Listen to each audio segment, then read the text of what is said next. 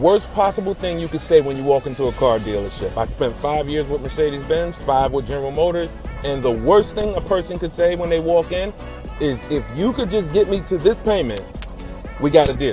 So your loan's probably still like 19, which means you got to pay to get out. You're upside down. It's called negative equity.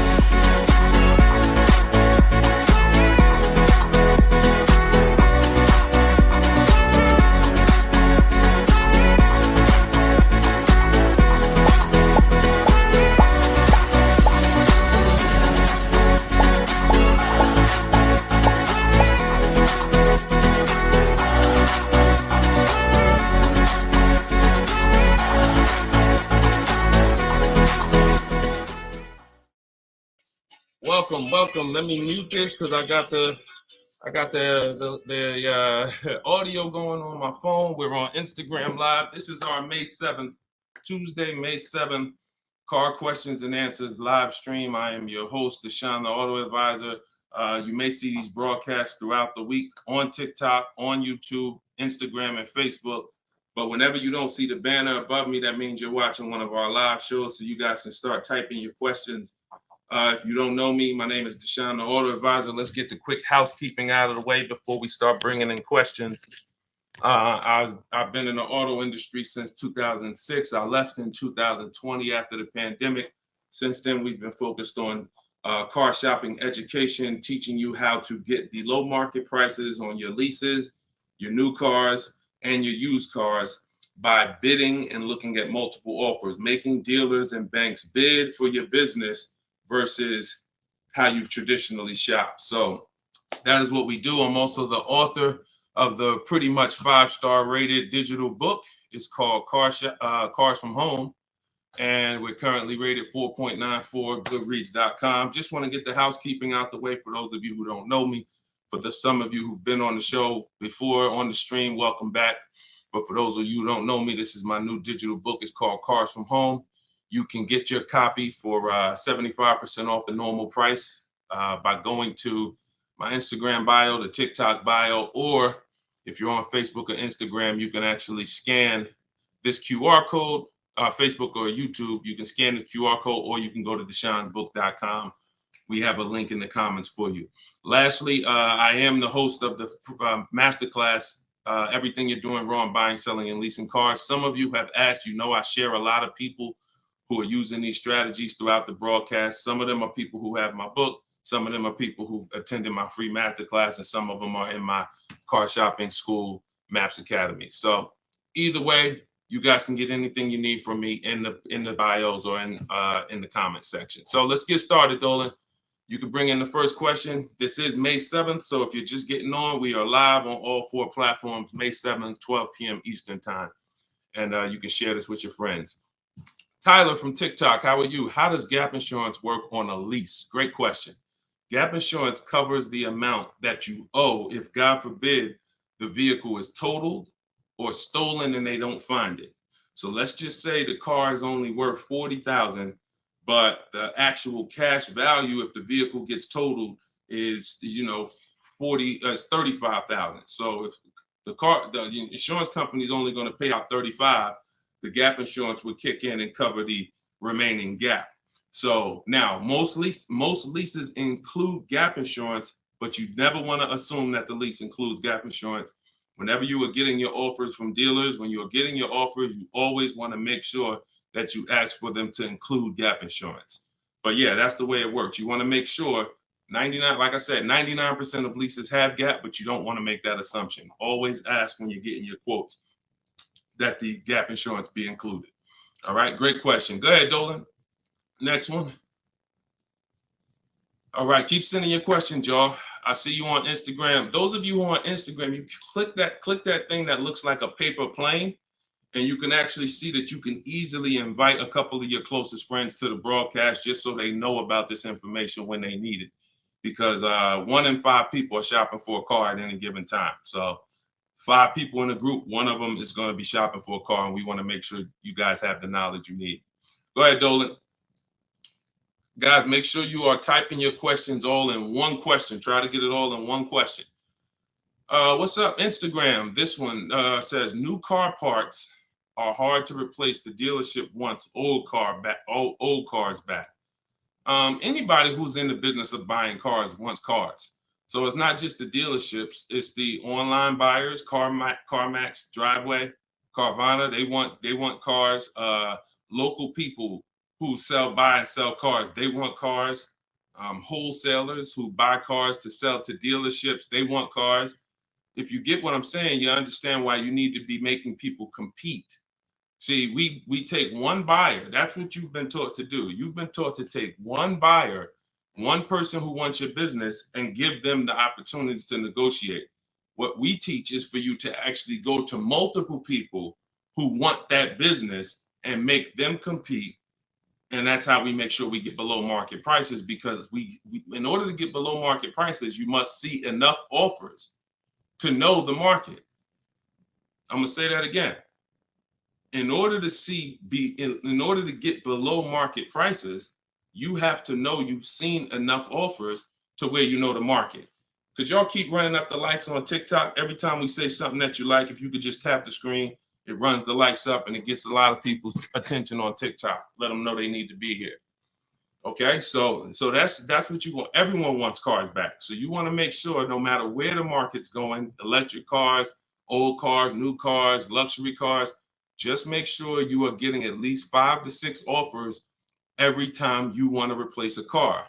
We don't trade in cars because you are not going to get the money you could get trading cars. Now, I'm not talking to you about doing private sales either, where you list the car and then you go and you got to, have people come to your house in Facebook Marketplace. I'm talking about the people who pay cash money, inspect the car in an hour, hour and a half, and cut you a check.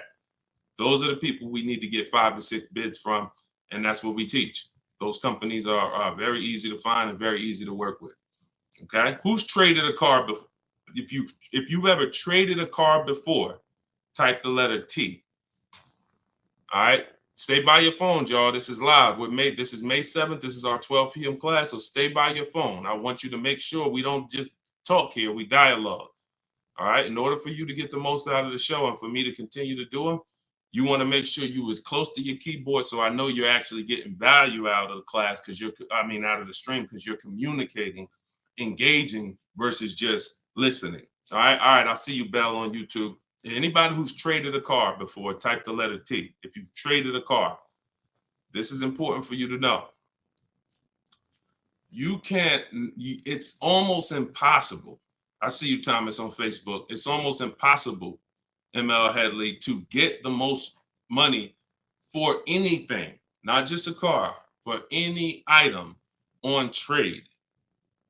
So we don't trade. We don't trade. You're not going to get the most money, and you're not going to know that you got the best offer. You need to get 5 to 6 of these online offers, and that is how you replace your leases. And in the same way, look, you've left money on the table. Some of you know, I got to tell you the bad news first. Anybody who's traded a car since the internet and online car buyers have been invented, you've left money on the table. So I want you to stop. I'm suggesting you stop doing that right now if you really want to make $1,000, $2,000, $3,000 more every time you replace your cars. Okay? Go ahead, Dolan. Shoot the next one in. Jock from TikTok. How can I get rid of negative equity with a lease? First of all, let's talk about why do you have negative equity. This is improper deal structure. So if you went over your mileage, that means listen, you should not be taking a lease for 10,000 miles per year knowing you drive 15. Because frankly, to go from 10,000 a year to 15,000 a year is only about $40 for most cars. $40 more a month, and you get to go from 10,000 to 15,000 miles per year. So it's no excuse that, taking less miles than you need and then having to deal with mileage penalties that you shouldn't have had in the first place. So we see. So our solution for negative equity is to always in most cases to roll it into a lease, because the cause usually for negative equity is you buy your cars. Somebody told you don't lease, you listen to them, but you don't keep your cars long enough to outlive the depreciation. So you buy your cars and you replace them, usually by trade, in a short period of time, 2, 3, 4, 5 years, 6 years, and that's too short of a period of time to replace a car because of the depreciation. But with a lease, you should not have negative equity. Negative equity is something, you have a penalty because you don't owe. Negative equity means the object you owe a loan on is not worth that. So you owe 20,000, but the car is only worth 15,000. In your case, you have agreed to drive 30,000 miles over 3 years, but you're driving 40,000 miles. You drove 40. So you need to pay that penalty in order for you to go to the next car. Okay? It should have been in your lease to begin with because you pay less for it if it's in your lease. You pay probably 15 cents a mile. Where on a penalty, you're going to pay 25 cents a mile in a lot of cases. So what you want to do is you want to consider this: staying in the car, waiting to the end of the lease, and if whatever your mileage penalty is, rolling it over to the next car as far as work your deal out. This is what I would be doing. One, I would do an equity assessment. Before we even talk about this, you need to do an equity assessment. The equity assessment is step 2 in my process. The name of my book is Cars from Home, 7 Steps to Saving Time, Money, and Avoiding Dealership. So it takes you all the way through the journey of getting your car from home while you are at home. So the second step, which is right after we decide whether we're buying or leasing, is we must do an equity assessment. Some of you, who has a car that they're going to be replacing to get a car? Type me. If you have a car, it could be a lease or it could be you own it, but you're going to be, next time you car shop, you're going to be replacing that car. Who's in that situation? Type me. Stay by your keyboards. Let's go. We're live. This is May 7th. Wake up, people. Wake up. School me. All right, me, I see you. All right. What's up? Y'all can we run the lights up on TikTok? Can we tap the screen? Can we tap the screen if y'all gonna spend time with us on TikTok? Tap the screen. All right. Okay. Let's go. Let's go. Come on, don't play TikTok. I'll close the broadcast. All right. Y'all not paying me nothing. Okay. So I'm asking you for a tap of the screen if you want to stay on with us. All right. We could definitely go TikTok. We could go Facebook, YouTube, Instagram if y'all acting funny today. We got no problem. All right. I appreciate it. I see y'all now. I see the lights running up. All right. So if you have a car you're going to be replacing, then everybody who just said me, then the first thing, once you decide whether you're buying or leasing, is you need to do an equity assessment. So you're going to call your bank. If you don't have a bank, the car's paid for, then you can skip this step. But you're going to call your bank. You're going to find out what your payoff is. Once you find out what your payoff is, you're going to now, if you have a lease, you're going to ask them, do you have a third-party restriction? Now, once you make a note of those things, that's 4 different paths. See, I just talked to 4 different people. It's very important that y'all understand that I don't teach one size fits all car buying advice. So you got to listen closely to see, oh, is he talking to me? Oh, that's what group I fall in. So I just said, some of you are going to replace a car. You have no money you owe on it. You don't need to call your bank. Everyone else, lease or purchase or finance, you need to call the bank, and then you're going to ask for your payoff. Once you have a lease, you're going to do this next step. So some of you who don't have a lease, you don't have to do this step. Then you're going to ask, do I have a third-party restriction? And you're going to make a note of that. And you're going to put yourself into one of those 4 categories. Okay, this is broken down. This is step 2 in my book. So once you get that information, you're going to go online to CarMax, Driveway, Carvana, Kelly's Blue Book, Instant Cash Offer. Please do not come talking about what Blue Book says. Algorithms in this market mean nothing. The only thing that matters is cash offers. So you're going to go to these people to get your cash offers: CarMax, Driveway, Carvana, Kelly's Blue Book, Instant Cash Offer, Car Guru, Sell My Car, and AutoNation, Sell My Car. That's 6 offers. And once you have those offers, you will know where your equity position is. You will know if you have equity in your vehicle. You will know if you have no equity in your vehicle. If you are leasing, then there is no such thing as negative equity.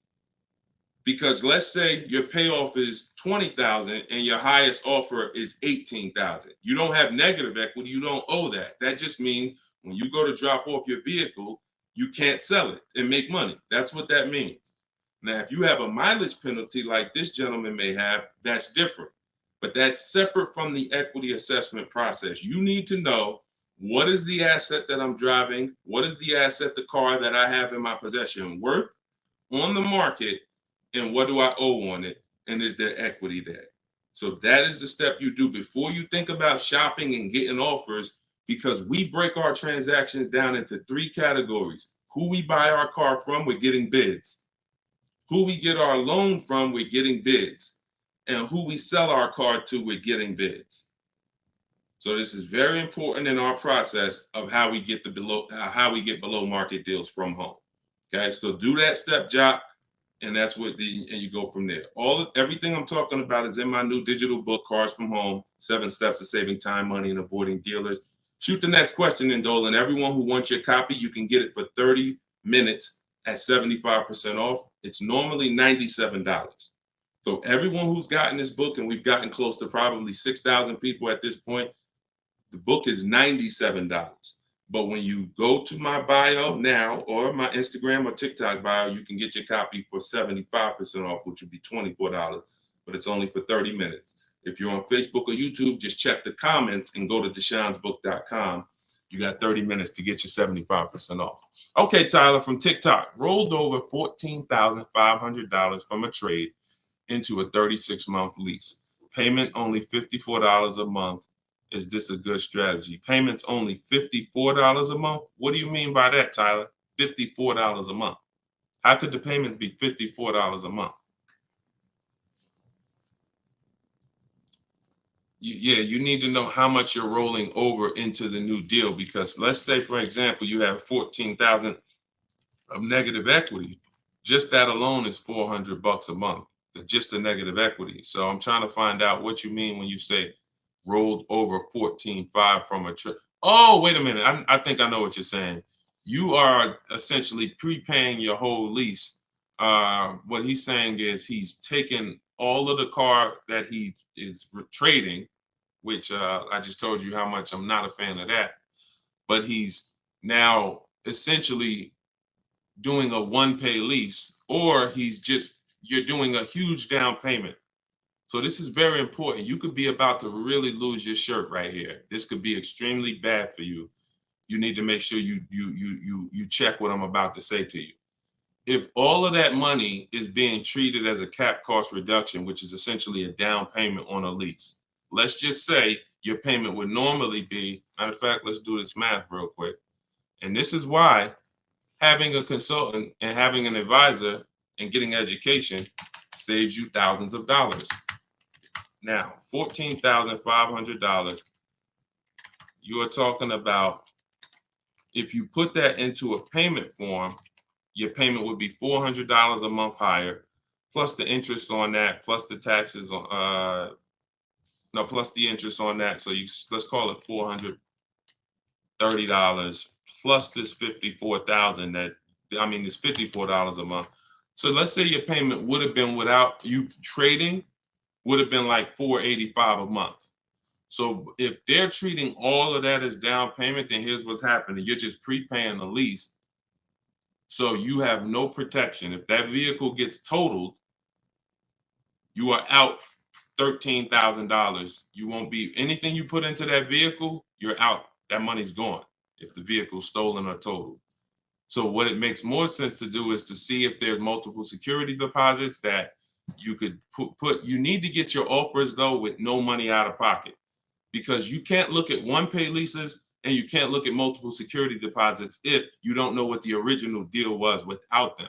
So if my payment is $500 a month, and then if I put multiple security deposits down, it lowers it to $450 a month, then that could be a good offer. If it lowers it $20 a month and I got to give them $6,000 to hold, then it doesn't make financial sense. That's not a good return on you holding $6,000. But I'm always comparing it. This is something we teach called advanced leasing strategies. This is not for everybody. So but you need to determine when you're doing a one-pay lease, all you're doing is giving them all of this money up front so they can lower the actual interest on the lease and see what the payment comes out to with the lower interest. So you have to get offers without down payments. This is why I'm saying when we shop, we never shop with down payments, whether we're buying cars or leasing them. We never shop with down payments because when you're putting all this money in, you can't assess the deal because you don't know how much of this being a low payment is because I put all this money down. You need to know you have a deal before you consider what monthly payments is going to be. If I'm getting a lease and I shop my offers and my lease deal is under 1%, or my best offer is under 1%, no more than 1.5, somewhere in between there, I know I have a good deal, regardless of how much I'm going to put down.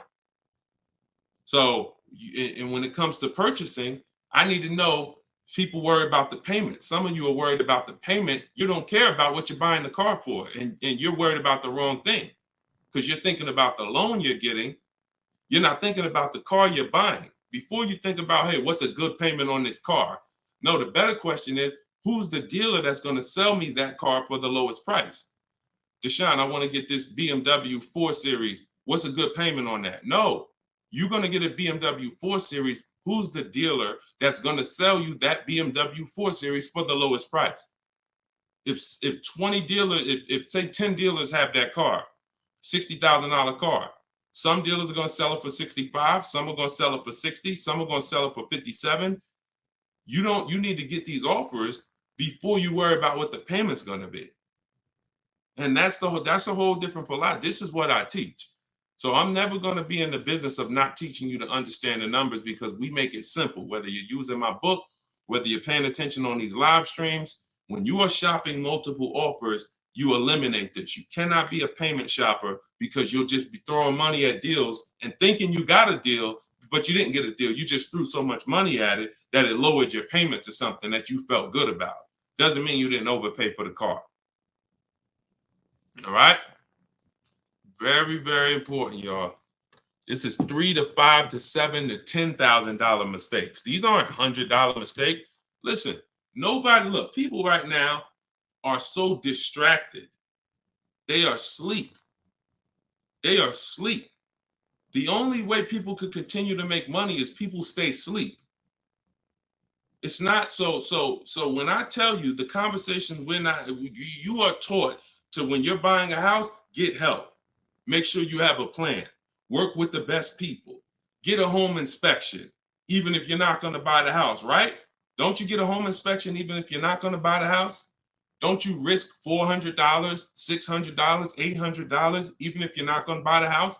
Why? Because you want to protect yourself from making a $20,000 to $50,000 mistake.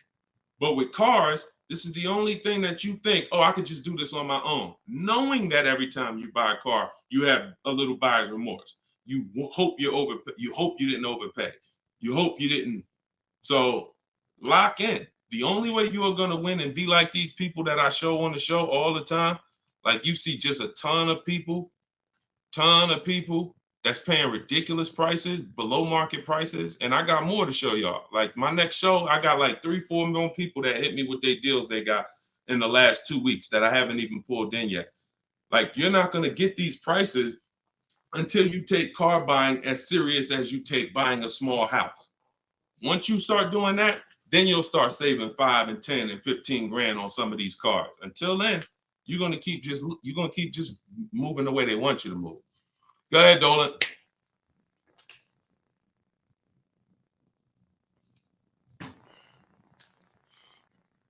Is there any way to get out of a car with too much negative equity? No.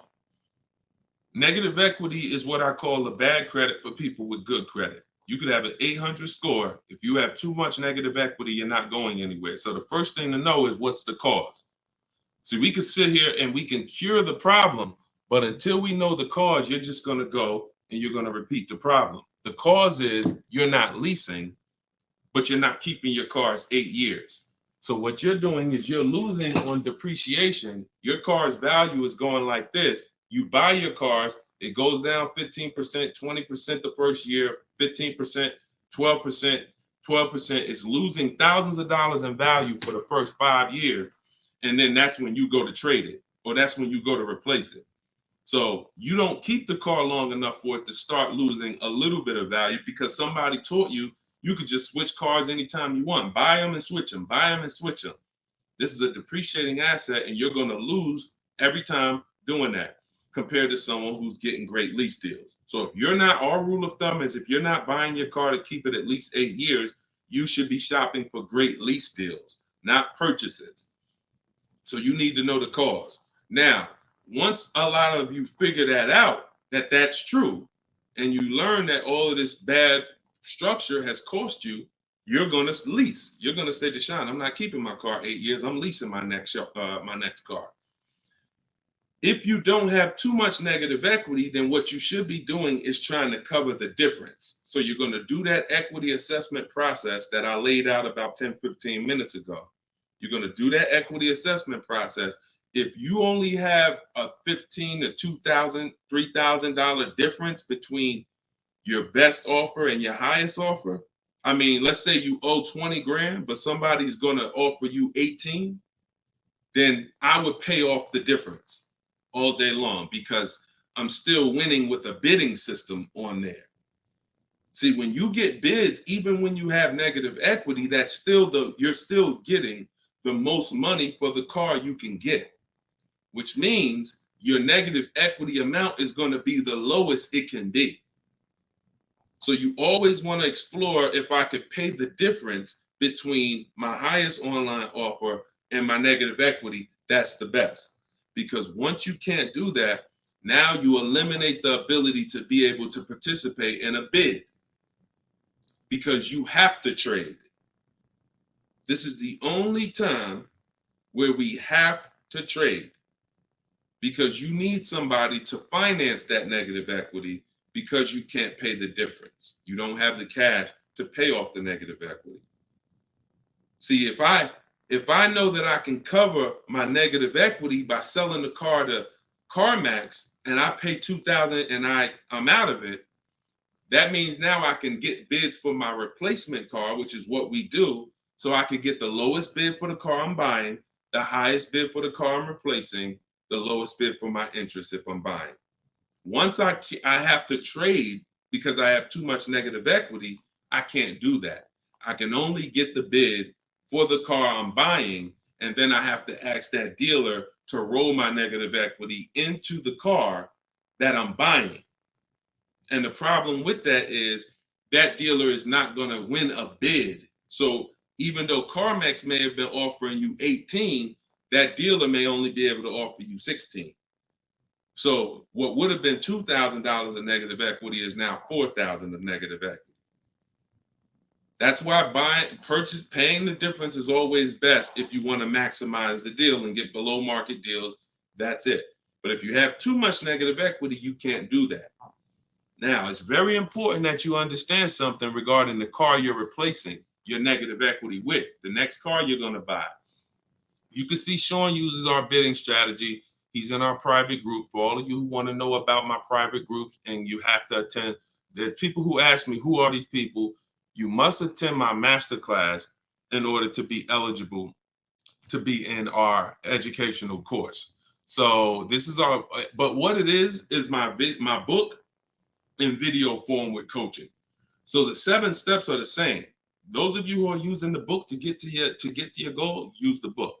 It's just different ways of learning. So anyway, you can see Sean here he got his bids and he found a car that had a $15,000 rebate. He didn't know that, a $15,500 rebate. So if Sean wanted to bring negative equity over to this vehicle, he's buying the car so low with all the rebates, he could bring over 5, 10, 20 grand of negative equity and he's still going to be able to do it. Because as long as you're getting a big discount, you actually can, the bank is not going to lend 25% more than like 25% more of the car's value. So you can't slap 10 grand of negative equity on a $30,000 car. And the bank is going to look and say, why would we lend $40,000 on a car that's worth 30? There's something called loan to value ratios. It's in all forms of lending, loan to value. So you have a cap based on the price of the car. There's only 25% or so more that the bank is going to lend. So if you're trying to do no money down deals, having too much negative equity prevents those. So this is why we need to get out of negative equity and stay out of it and start leasing. Stop buying your cars. The only time you actually switch from a purchase with negative equity, I own my car and then I'm switching to another car and it's a purchase, not a lease, is if you had like an emergency. You were going to keep the car 8-9 years, but you just had a bunch of kids and now you need a whole different car. It's a life, but if you're not keeping the next car 8+ years, you shouldn't be buying again. You're going to be back in negative equity every time. Okay? All right. Go ahead, Dolan. You can shoot the next question. TikTok, I see y'all. We are live. This is May 7th. This is our 12 p.m. Eastern time show. If y'all can, every couple minutes, if you could tap the screen, if you're enjoying the show, if you're enjoying the stream, keep running the likes up on TikTok. Appreciate y'all. All right. Instagram. My lease on a CX5 is coming up. Car max value is showing 21,000. My buyout is like 18. Should I buy it and keep it? No. Why would you go from a lease with a great, and look, I'm going to talk different on every show because I know some of you are new. Okay? Who's new here? If this is your first time ever on a live broadcast, on a live stream with us, just type the number 1 and then we'll answer the brother's question here. Who's new? All right, I see you, Khaleesi, on TikTok. I see you. If this is your first time on a stream, you've never been on Car Shopping Questions and Answers with us, type new. Okay, I see you, Matt, on Facebook. I see you, Vince, on Facebook. Melanie on YouTube. DJC Square, I see you. Okay, I see you, John, on YouTube. Okay. All right, TikTok quiet today, boy. I never saw TikTok this quiet. They ain't hitting no likes or nothing. That's all right. God bless them. God bless them. All right, so Instagram. Let's talk about this. Let's talk about this equity position you're in. Right now, you could sell that lease and make $4,000. Why would you want to go from a lease, which is a not keeping my car 8 years? I want full warranty. I want low payments. I want to drive a lot of car for a low amount of money. Now I can shop for this new deal, get a great deal on the CX5. Just so you know, understand something. CX, look, let me show you something. This was Tiffany rode in, and Tiffany got a Mazda CX50 a couple weeks ago, not too long ago. Look at this. So let me show you just kind of what this could look like in a great world. So you understand, she got a 2024 Mazda CX90. She literally paid 44. The sticker price on it was 44,000. She used our system. She actually wrote. This is a testimonial about the book, so you can see at the top says, "I believe we got a great deal from what we learned from the rest of the book." So look at this. She got bids, $44,800 vehicle. She ended up getting a $6,530 discount. That was her best offer. And then, so her lease payment on this would be incredibly low if there's a good lease program. But you're not going to save this kind of money negotiating. You want to sit at home, get bids, contact at least. We don't make a decision until we get 5 to 7 offers. We will not make a decision on a car until we get 5 to 7 offers, because 80% of dealers are overpriced. So you say you can get you might be able to get a lease price on this car for, $400 a month, no money down, for, $450 a month. Something, it might be lower. I don't know what the below market deal on your replacement Mazda is going to be. And then you could actually put that 21.4 in your pocket. So you could say, hey, the difference. So you would sell the car to CarMax for, and you would make $3,400. Just so you know, my mother sold her Mazda 2 years ago when the prices were real high, and she made $10,200.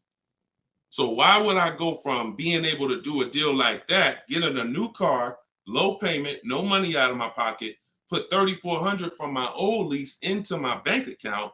Why would I want to go from doing that to buying a used car, which is buying a 3-year-old Mazda, which is what you're suggesting when you say, should I buy it and keep it?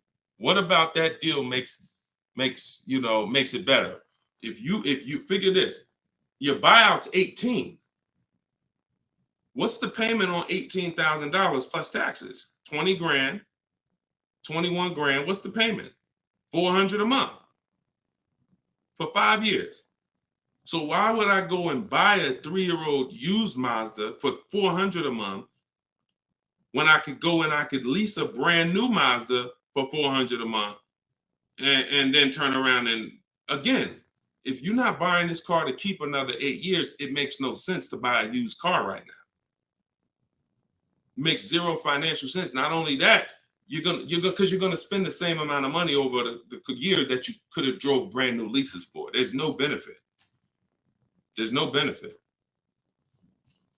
This is what it is. We've seen this thousands of times over the years, hundreds at least.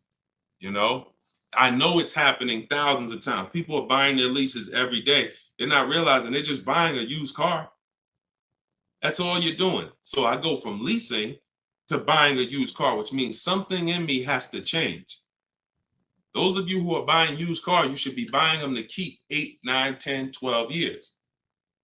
Not 4 years, 5 years, 6 years. You're driving old cars for the same prices you could be driving brand new leases for. Same prices. So why would I drive a bunch of older cars, 5, 6, 7-year-old cars? By the time I pay it off, it's 10 years old, 11. Why would I do that if I could be driving brand new cars for the same prices? So it's important for you to understand. That's why this is the first step in my process is we got to know, should we buy or lease? And the only people who should be buying are 8+ year people. The goal is to keep the car 8 or more years. Then we're going to buy it. Yep. I'm here. I see you. You know, I always butcher your name, but let me just call you EP. EP, I see you. Go ahead, Dolan, shoot the next one up. We got a couple more minutes. We're on here for a couple more minutes. How do you negotiate a purchase online? Looking at a car 3 hours away and I'm not able to go in person. So what I would do if you've done all the research to make sure that car is a great below market price, if that's a below market price, then what I would do is I would call and verify that there's no fake fees that are not online. So when you see a car that has a $28,000 price, we're going to call and make sure that what the fees are should only be tax, title, documentation fee. Tax, motor vehicle fees, and documentation fee should be the only prices, only fees. And once I verify that, what I'm going to do is I'm going to go home. I'm going to get out there immediately, and I'm going to see the car. And if it's a great price where I'm saving $2,000-3,000 above below the market value on those cars, then I'll go out there and I'll make sure that I post up in a motel for one day, because you never want to go out there and take the car immediately, because unless you're paying cash. If you are paying cash, that's different. But if you're getting a loan, we need at least one day to do our bank bidding process. Because you could go out there and say, all right, now this is the best price on a used car. Yeah, but now I'm going to pay 2 points, 3 points more in interest, letting the dealer get me the loan. So I'm essentially giving that $2,500 or $3,000 that I saved right back to the bank. I'm not giving it to the dealer, but whoever the bank is. So we always need one day to come home, let banks and credit unions bid so we can get the lowest interest rate. And then we call that dealer and we let them bid against it. But that depends on how you're going to pay. But that's the process. You get out there, you test drive the car. That's why all of our used car research is done from home. All of our used car research is done from home. By the time we get to the dealer, the only thing we're doing is going there to test drive the car and lock up the deal. The prices we've already verified is the lowest prices in the market. So once we verify there's no bogus fees, that's our process for wrapping up the deal. That's right, man. You know I'm always watching and unlearning and relearning, boss man. Appreciate you. I appreciate you, EP. Always a pleasure. All right, go ahead, Dolan. Yeah, some of you are looking for your used cars locally. There's no way you're getting the best prices. If some of you are looking for your used cars 25 miles, 50 miles, 100 miles, there's no way you are getting you're getting below market prices. That's just not enough inventory to look at for you to see, Oftentimes, it's literally a dealer that's an hour, 2 hours, 3 hours away who may not be in the city. They don't have the traffic that that person has, and oftentimes they'll have a below market deal because of their particular circumstance. So if you're just shopping 10, 25, 50 miles outside of your radius, that's just not enough of a radius to get the below market deals. My brother leases up, he's over miles. Equity assessment.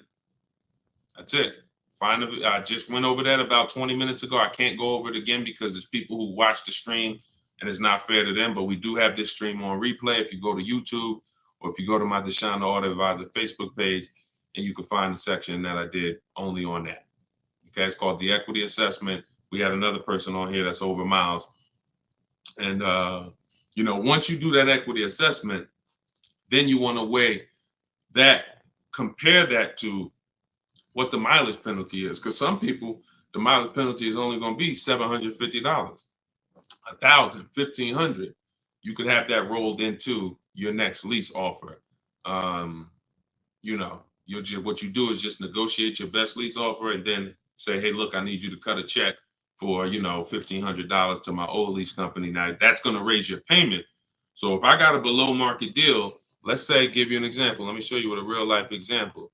So, so Charles, let's say Charles, he gets his Hyundai Palisade, he gets it for $597 a month, but he has a mileage penalty of, $1,500 that he needs. This dealer who won his business, he needs them to pay that to his old lease. So they're going to cut a check for $1,500, but that payment, that $1,500 now goes into his new deal. So it's just like negative equity. It's going to raise your payment up, which is why we bid this out and we don't bring stuff over. We don't bring mileage penalties over until we have already found the dealer that we're going to buy our car from, because they've given us the biggest discount. But yeah, that's what you would do. And whatever the mileage penalty is, you're adding it to your next lease. So you're paying it either way is the point. You're not getting out of a mileage penalty. It's just all about and the only way you can get out of it is if you sell the car. So that is how you get out of it. Because when I sold my Jeep Grand Cherokee lease, I was over miles by probably, I think I had 42,000 miles on it, and I contracted for like 39. But that's because I extended the lease. And when I extended the lease, I was doing more driving, and I just said, I knew I had so much equity in the car, because again, that's when cars were worth literally $7,000 to $12,000 more all through the pandemic. 2020, 2021, 2022, we had people cashing out, making $8,000, $10,000, $12,000. Some of you might have saw some of our videos and used what we were teaching then. So once you do that, that's the only way you get out of a mileage penalty is you sell the vehicle, and then it's all whole. But if you're not doing that, that mileage penalty is going to be paid. It's just what I just told you is a way to get the deal done without having to pay the mileage penalty out of your pocket. You're rolling it into your next deal. All right, go ahead, Dolan. All right, y'all, this is our Tuesday 12 p.m. stream. We're on here for a few more minutes. Keep your questions coming. Try to get to as many as we can. Everything I'm teaching y'all, if you guys do not want to remember this, if you're like, Deshone, I want something where I can see step-by-step your plan, you want to go to deshonesbook.com. We got the banner on the screen.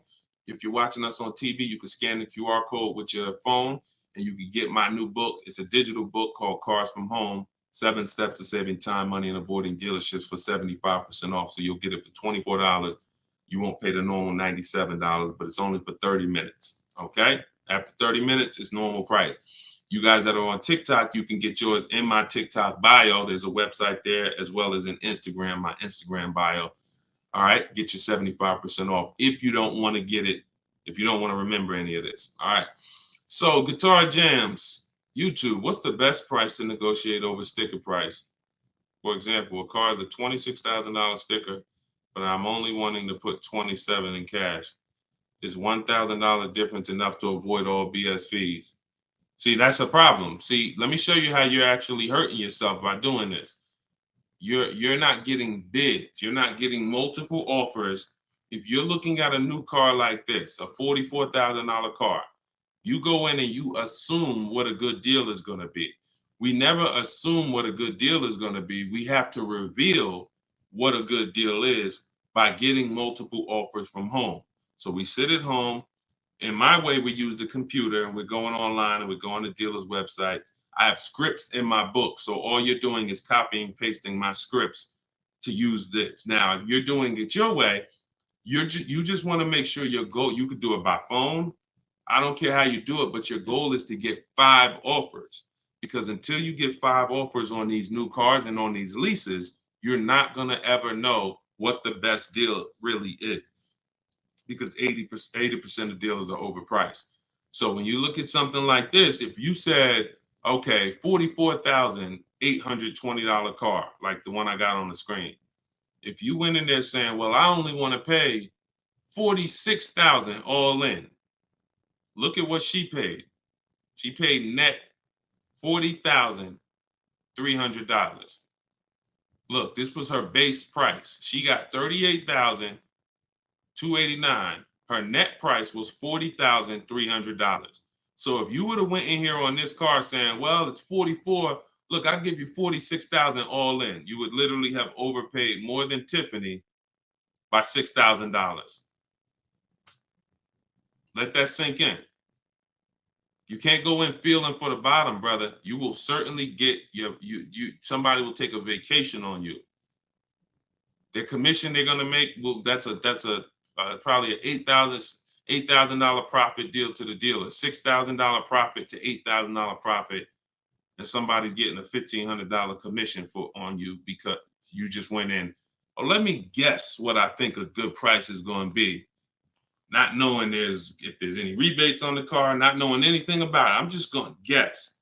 Look, what if Sean would have went in? Look, what if Sean would have went in talking about, this truck is $73,000. I'm gonna offer them $73,000, but they gotta include all the tax, all the fees. I'll give you the asking price, but you gotta include all the tax and fees in. Look, he ended up getting with bids $57,000. He would have overpaid by $20,000, $15,000. And I'm sorry to tell you that some of you are doing it every day. You've done it on all your cars. You've overpaid, not using these strategies. And I want you to stop. You're free to do what you want to do. You want to stay in the old way. But the people that you see that are getting these deals, these people that are posting, listen, when you get a great deal, you post the deal. See, when you get a car, pay attention, y'all. Pay attention to what I'm about to say. It's very important.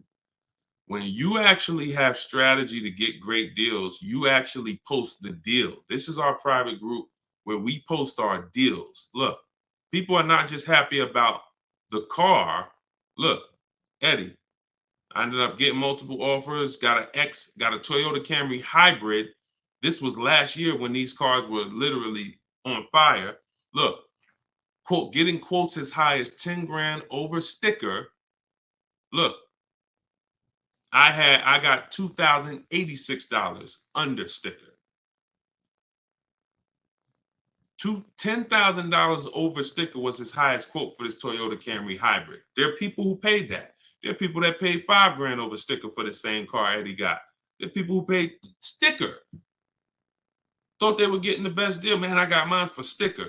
He got his $2,086. Some of you who might see this broadcast, you might have the same car. Deshone, wow, man, I got that same car. I paid 4 grand over sticker to get mine. Yeah, Eddie at the same time, same year, paid $2,086. Sorry to tell you, but you overpaid by 4 or 5 grand. This is real. We're not sitting up here doing this talking about hundreds. There's nothing y'all hear me talk about in these streams that had hundreds of dollars. And frankly, unless you are rich, you can't afford to lose $2,000, $3,000, $4,000 every time you buy a car. You can't afford it. This is where you're losing. So what I would tell you, Guitar Jams, is do what I just said over the last 10 minutes. Get bids. If you want the system for doing it, that's in my book. If you want to do it your way, I don't care how you do it. Just get at least 5 to 7 offers so that you can see where the best offer truly is. 8 out of 10 dealers are overpriced, and you don't know how bad they're overpriced until you get all your offers. 10 grand overpriced, 5 grand overpriced. All right. Go ahead, Dolan. Shoot the next one in. Great question, though. Can you get a deal when you build your own car? Absolutely, Sherry, but you want to get those offers before you agree to buy something from anybody. So if I'm ordering a car, I'm getting 5 offers, 10 offers. I'm getting 5 to 7 offers, not 10 offers. See, in my book, I have a process called the 25 to 5, where we connect with 25 dealers online in 20 minutes. And our goal is to get 5 to 7 offers in 48 hours. So once that happens, we don't order a car until we verify the car doesn't exist in the market. See, because when you walk into a dealership or call 2 dealerships and they say, oh, we don't have that car, but we could order it for you. Now, what are you doing? You only talk to 2 dealers. What about in the 25 dealers that we talk to? What if 7 of them or 10 of them have that car? So you just talked to 2. Now they got you ordering a car. We don't order until we talk to these 25 dealers online and they tell us, hey, nobody has it, or it's only 2 out there, then we might order. But that car could be sitting right around the corner from you, or 30 minutes away from you. People could have 5 of them. An hour away from you, people got 3 more of them. But because you're just local, you think, oh, I need to order this. We don't order until all of those dealers tell us we don't have that car. And then when we send out our order request, we're getting quotes from all those dealers. So we're getting probably at least 10 offers. When we go to order, we're probably getting 10 offers because all of those dealers we've already been talking to. And any of them could order us a car. I had a young lady 2 years ago, no, last year, the new BMW came out, the new BMW X4M, and she got quotes. And to order, nobody wanted to give her below sticker price. Some were higher than sticker. The person who won the bid was giving her $3,000 below sticker. But the car had a bad lease program though, so she ended up not getting it. But $3,000 below sticker. If she was purchasing that car, that would have been a ridiculous deal. Brand new BMW, new body style, $3,000 below sticker. But that's bids. And we do that in 45, 60 minutes. Before you even get home from the grocery store, we already got the bids, and we're not putting in 60 to 90 minutes to get this done. So my process is not just money, it's time. I don't want to spend more than 60 minutes to get a car. And I could get any car, any price. All of these people that you're seeing, Danielle, Kimberly, Bonita, all these people right here, Charles, they could get that Zafrina, they could get these cars, they could get these same deals that y'all seeing, and they're probably 90 minutes. Some of them might be 60 minutes because it was their first time, second time, some of them. Second time you get it, you're probably 60 minutes because it's a repetitive process. Getting a car, getting these bids is so repetitive, you'll see. This is what I should have been doing years ago. I don't know why. So easy. All right, go ahead, Dolan. Shoot the next one in. What's up, Sus? Ralph Morales. K. Michelle, I see you. That's not the K. Michelle, I know. What's up, John? I see you. Steps if the lease has a third-party restriction. So if the lease has a third-party restriction, we're going to get bids from whatever dealerships make the car. So if there's a Nissan and I have equity, if I have $2,000 or $3,000 or $4,000 in equity, then what I'm going to do is I'm going to call and I'm going to get bids from the local dealers, because a third-party restriction means that it doesn't mean you can't sell the car. It means you could only sell to a local dealer who makes the car. So we still get bids. We get 3 to 5 offers from used car managers. And whoever makes us the best offer gets the car. And then they'll cut us the check for any equity that's in the car. But we always need to get the offers online, because that's going to tell us if we should even be pursuing. If we don't have any equity, or it's at a break even online, there's no reason for us we don't have any equity in the car. We're just going to return the lease. But the process of doing this is to prevent what a lot of people have done. You dropped off your car 2020, 2021, 2022 at a dealership. If you dropped your old lease off and you didn't do an equity assessment, chances are you gave up a lot of money. And some of you are like, well, Deshone, I did that. I gave them back my old car, but then they gave me a great deal on a new one. You have no idea how much equity they used out of that car or how much they kept. It was, like I said, my mother had $10,200 in equity. She could have literally, they could have gave her, if we would have went into a dealer, they might have gave her 4,000 of the equity and kept 4,000 if we were lucky. So, doing an equity assessment before the lease in process is to prevent giving away any equity when we drop off our lease. All right, go ahead, Dolan.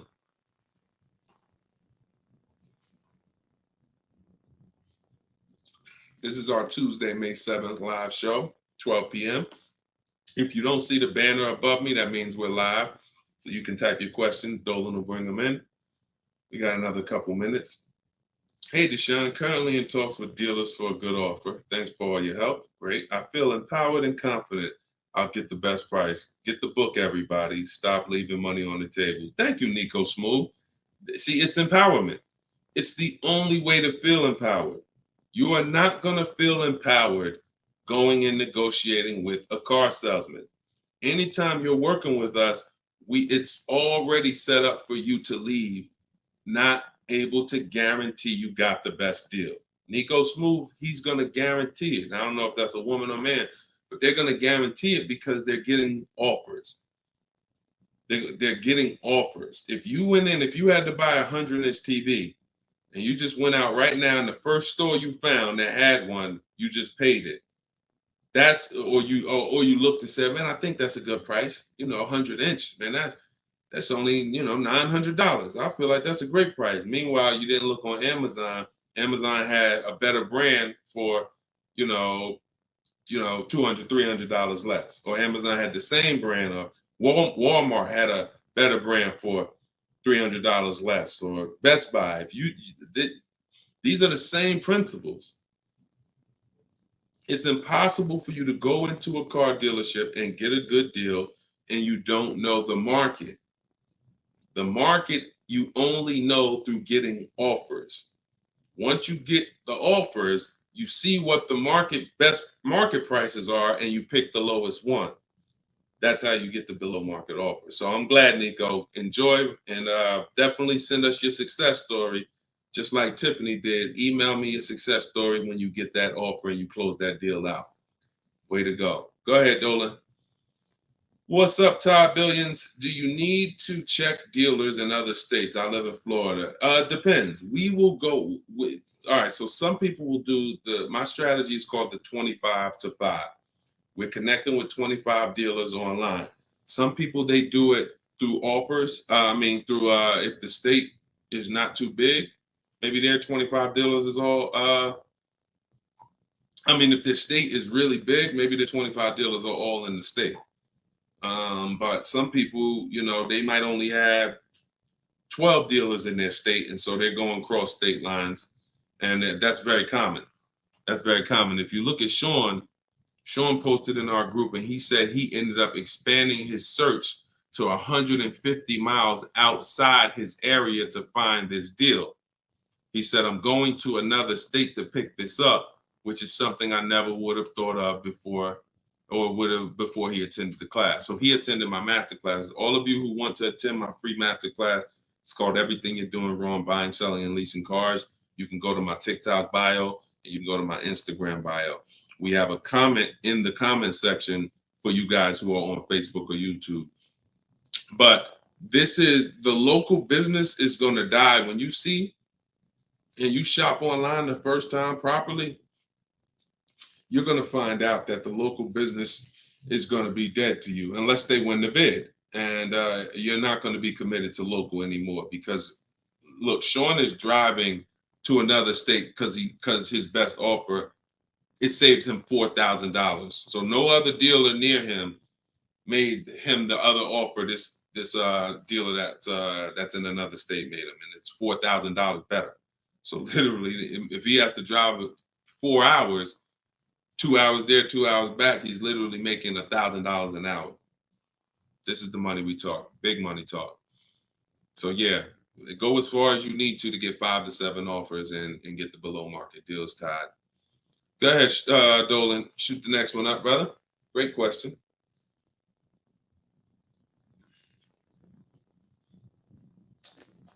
This is Charles Harris on YouTube. How are you? Hey, Deshone, why you don't have PayPal for a payment method? Um, that's a great question. We've used PayPal probably twice since we started our company in 2021. We just found that Stripe was a better company to work with for the business. We do have, I believe we have Klarna. So for those of you who are familiar with Klarna, they'll let you break up the payments interest free. For the book or any product we sell, we make Klarna available for the last year. But PayPal is just a little different to work with. We've enjoyed working with Stripe. So hope that helps. Go ahead, Dolan. Right, we just hit the hour mark. Got a couple more. We'll try to take a couple more before we wrap.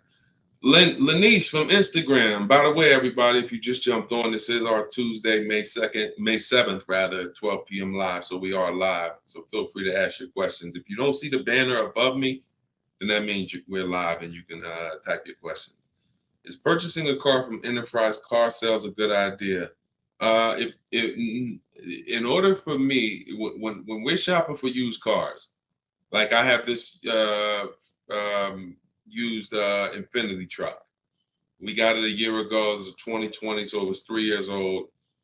When we found that car, when I narrow it down to my top 3 to 5 used car options, they have the best title histories, the best service records, the best accident records.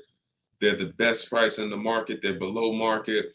And then I verify what the brand new price was, because you can't know a car is great until you know the new car price. Because if a car was 50,000 and they're asking 30, that's different than a car that was 55,000 and they're asking 30.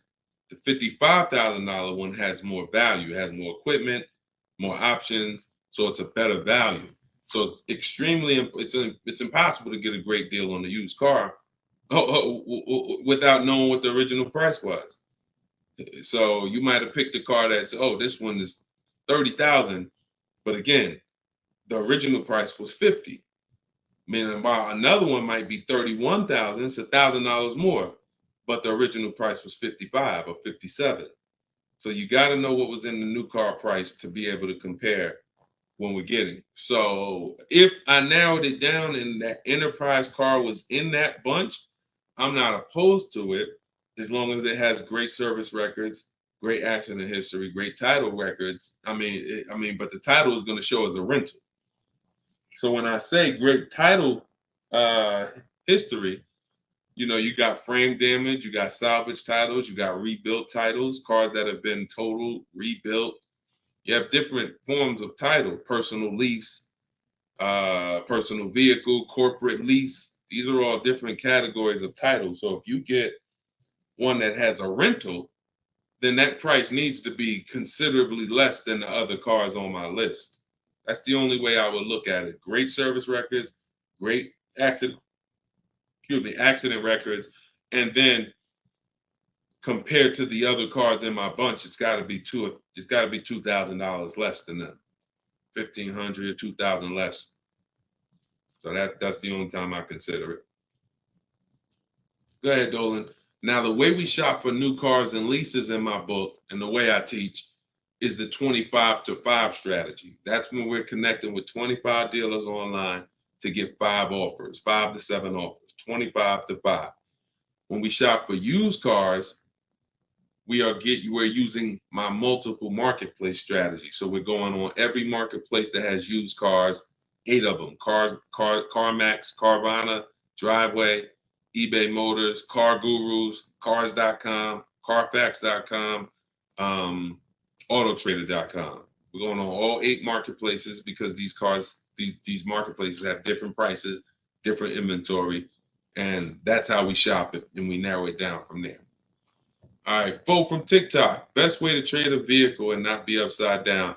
We already had 2 questions about negative equity. So what you want to do, Fo, is either go to YouTube and go to Facebook. The replays are there once we end the show. Just find somebody who had that same question. Somebody asked about replacing a car that they had negative equity on. Upside down, negative equity, same thing. Just 2 different terms. Go ahead, Dolan. Everybody getting value out of the show. If you're getting value out of the stream, type $signs, type a $sign.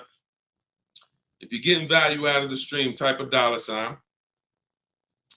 All right, everybody getting value? All right, I see you. Perfect. Good. Good. I see you, John. I see you, Tracy. All right, I see you, Sterling. Yep. I see you, Charlene.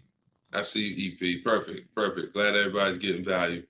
Charlene said, thanks for the education. I just finished the first read of your book. Now I will start the process to buy a new car following the 7 steps. Congratulations, Charlene.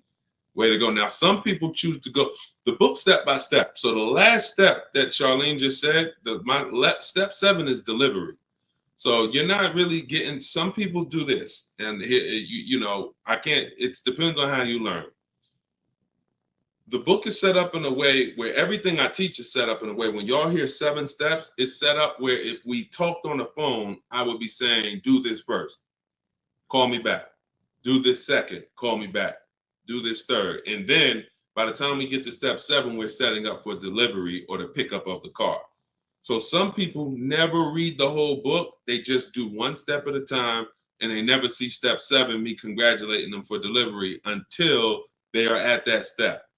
Some people read the book straight through and then come back and do the steps. So whichever way you decide is up to you. The quickest way to your car, the quickest way is to just do 1 step at a time and then not read forward until you get to that step. But everyone learns different, and everybody, that's just if you want the quickest way, you want to get a car in literally 48 hours, don't read the whole book. Read 1 action step at a time, cross it off the list, and get it done. And then you'll have your car in 48, 72 hours. Okay, go ahead, Dolan. TikTok, using your book, all of these lease prices I received are too high, over 1.5%. Next step. Well, as I mentioned, once you get 5 to 7 offers, that means that car has a bad lease program.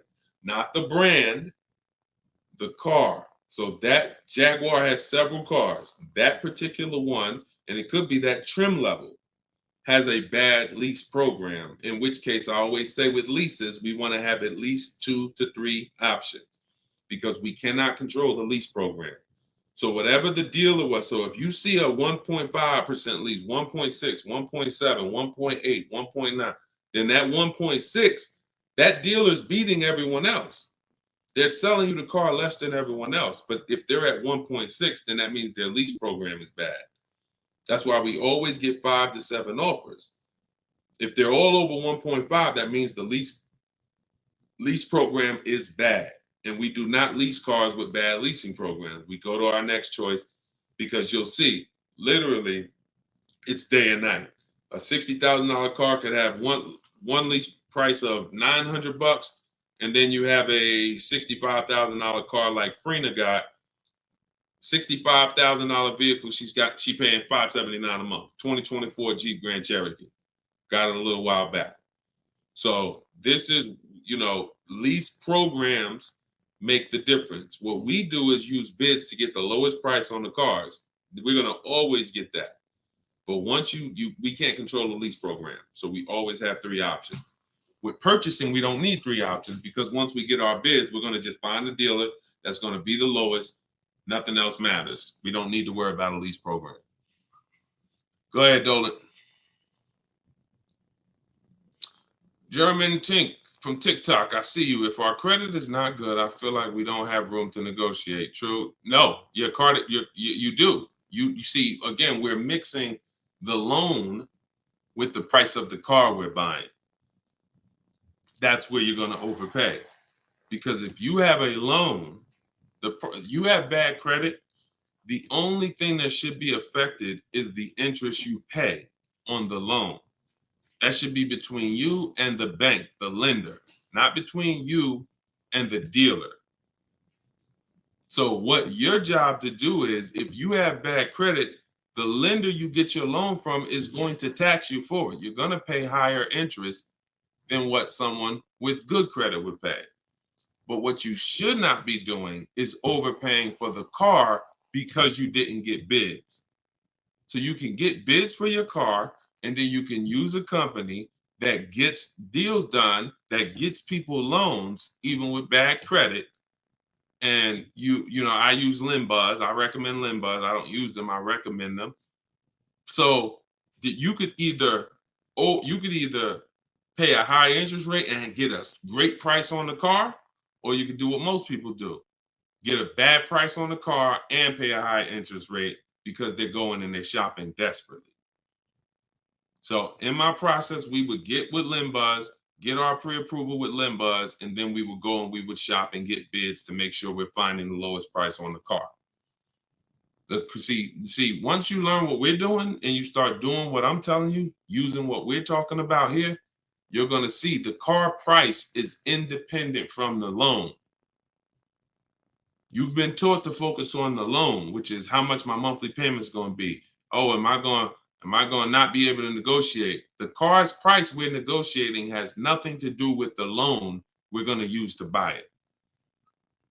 Okay?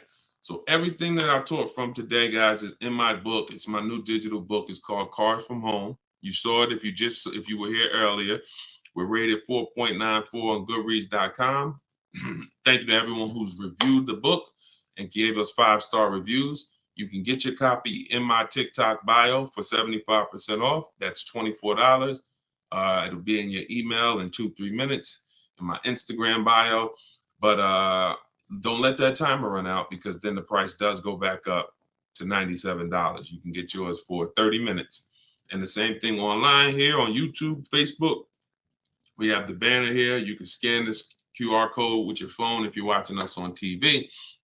And this is what we do, y'all. We do these shows throughout the day. You can see on what time we'll be live. So we'll be back for the next one shortly. And make sure when you see us, you hop on and ask your questions, all right? But let's go get these deals. Shout out to everybody who's committed to unlearning and relearning. In order for you to win with what we just talked about, you have to unlearn the way you were taught to car shop. You have to unlearn that and relearn the new way. All right? God bless y'all. Enjoy the rest of your day. See you soon.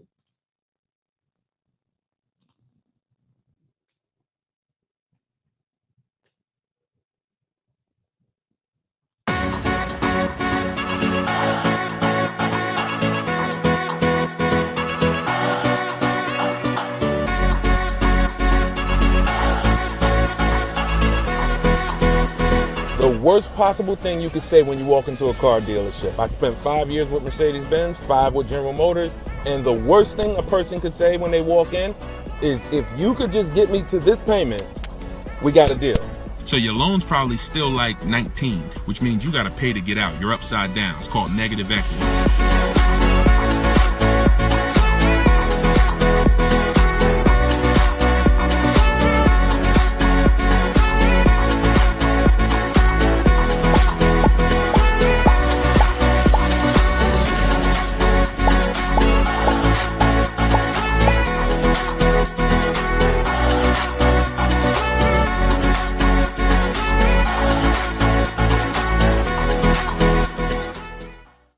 The next 12 months, if you are car shopping now, or in the next 12 months, I want you to type a 1 in the chat as you come in. My name is Deshone the Auto Advisor. I do these live streams throughout the week to answer questions when it comes to car buying the new way. We've been doing this, helping people really since 2021 through education. And so we teach an entirely new way to car shop.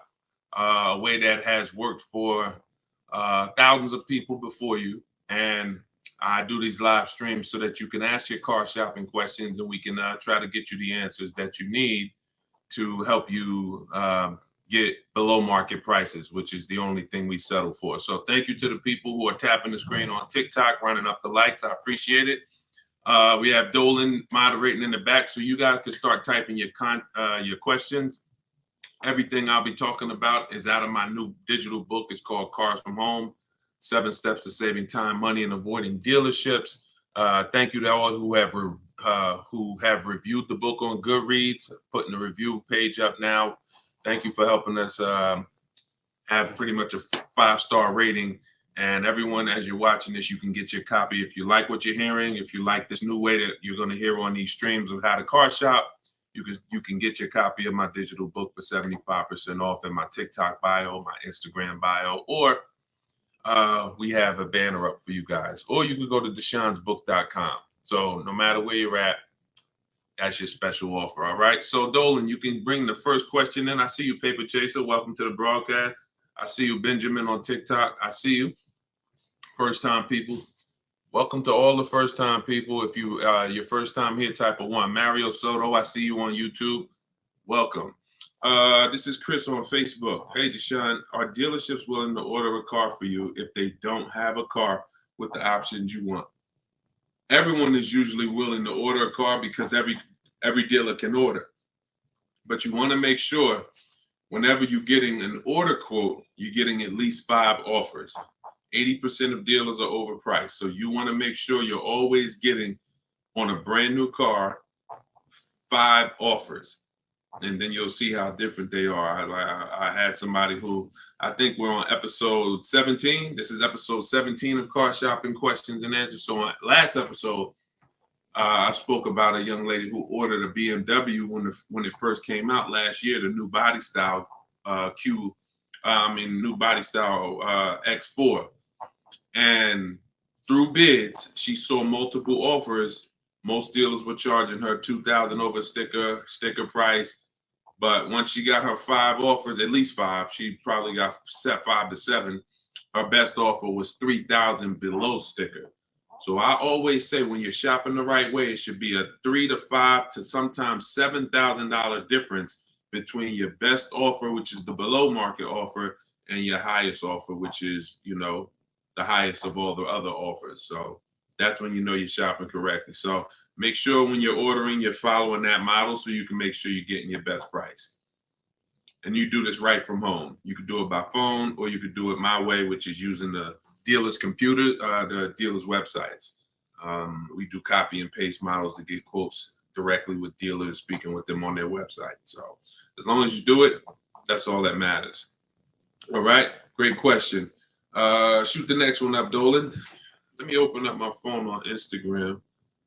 My phone battery is low, but hope. Okay. Yes, everybody. This is our Tuesday 7 p.m.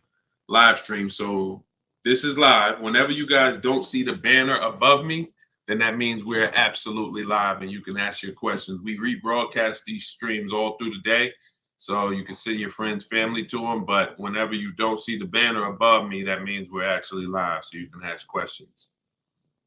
Okay, go ahead, Dolan. This is from TikTok.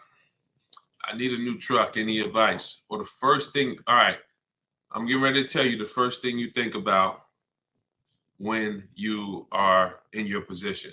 And this is the first thing that all of you should have thought about. If you haven't thought about this yet, you've already skipped something that is very important. The first step in my process is always to ask ourselves the most important question. Does anybody know? I know we may have a lot of new people on here, but does anybody know what the most important question is? It's probably going to take you too long to type it. So I just want to see if anybody knows what the most important question is. I'll give you guys maybe 5 to 8 seconds to chime in some answers. Can I afford it? That's a good one, but no, that's not the most important question. That comes a little later in the process. Come on, Benjamin, Charlie. Ha, am I keeping the car 8 years? My man, way to go right there.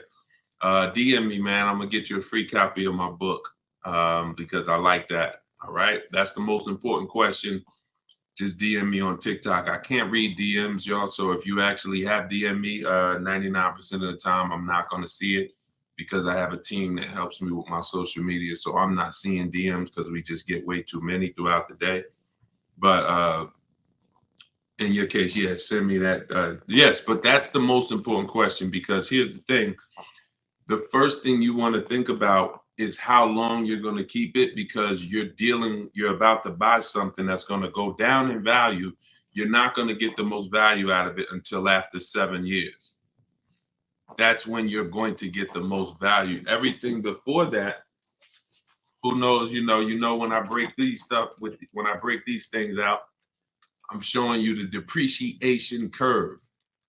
And this is how your vehicle is losing value. So if you buy a new vehicle, it's losing value like this. If you buy a used vehicle, it may be losing value like this, but it's going down thousands of dollars every year. So until you keep the car long enough, some of you are just not keeping your cars long enough to win, because you're turning around and replacing your cars while it's still like this. You're still losing $2,000, $3,000, $5,000, $7,000 a year, depending on the price of the car, in depreciation. Now, when you keep your car long term, you're going to beat depreciation, because eventually your car starts to, like, who has a car outside right now that's at least 8 years old? Who has a car outside right now that's at least 8 years old? Type how many years old the car is. I just want to demonstrate something, because if you skip over this, you're not going to be able to get a good deal. You can forget it. I'm telling you right now, I call this the most important question. If you get this wrong, forget about getting a good deal. It's impossible. And I'm going to explain why. This is not, if some of you are new here, I don't need to hype anything up. I love math. So I make math simple. You might not love math. I love math. And I know that when it comes to cars and buying versus leasing, it's a numbers thing. It's a math thing. And I'm telling you that if you're not going to keep your car long enough for the depreciation to level out, like you can see Chris here on Facebook, he has a car 10 years. Carlos, 10 years. Tyranny on YouTube, 10 years. Okay. Yep, I see you. Kura Cindy on Instagram, 14 years. Jeff Walkus, YouTube, 15 years. Now pay very close attention to this. You'll notice that the way the amount your car is worth today, it's going to be worth almost the same thing next year. It's going to be worth almost the same thing next year. If your car right now is worth, if it's 9 years old and it's worth $8,000, a year from now it's probably going to be worth $7,600. That's when you have beat depreciation. Tap the screen on TikTok if that makes sense. See, if your car is only losing, some of you see these answers, until you are actually keeping your car long enough. It's not about when you pay off the car. A lot of people think that that's the car's paid off. It doesn't matter. The value of the car is going down. This is why I call this the unseen expense. Depreciation is the unseen expense. And so how do we beat it? You can't replace the car in 2 years, 3 years, 4 years, 5 years, 6 years, 7 years. Can't replace it. You have to replace it either after that, or if you're not going to keep it that long, you should be shopping for a lease. And I'm going to show you the numbers before we move on from this. I'm going to make this point very clear. Now, this is step 1 in my book. This is why if you don't get this step, you cannot get a great deal on a car. So Instagram, I just want to let y'all know that if you're enjoying what we're doing, there's a button that looks like a paper airplane at the bottom of the screen. If you could hit that and just quickly in 10 seconds, tap 3 friends or 1 friend, anyone, I don't care. Just invite people over, because I know they'll appreciate it. Because a lot of you guys have friends right now that are outside in dealerships getting overcharged as we speak.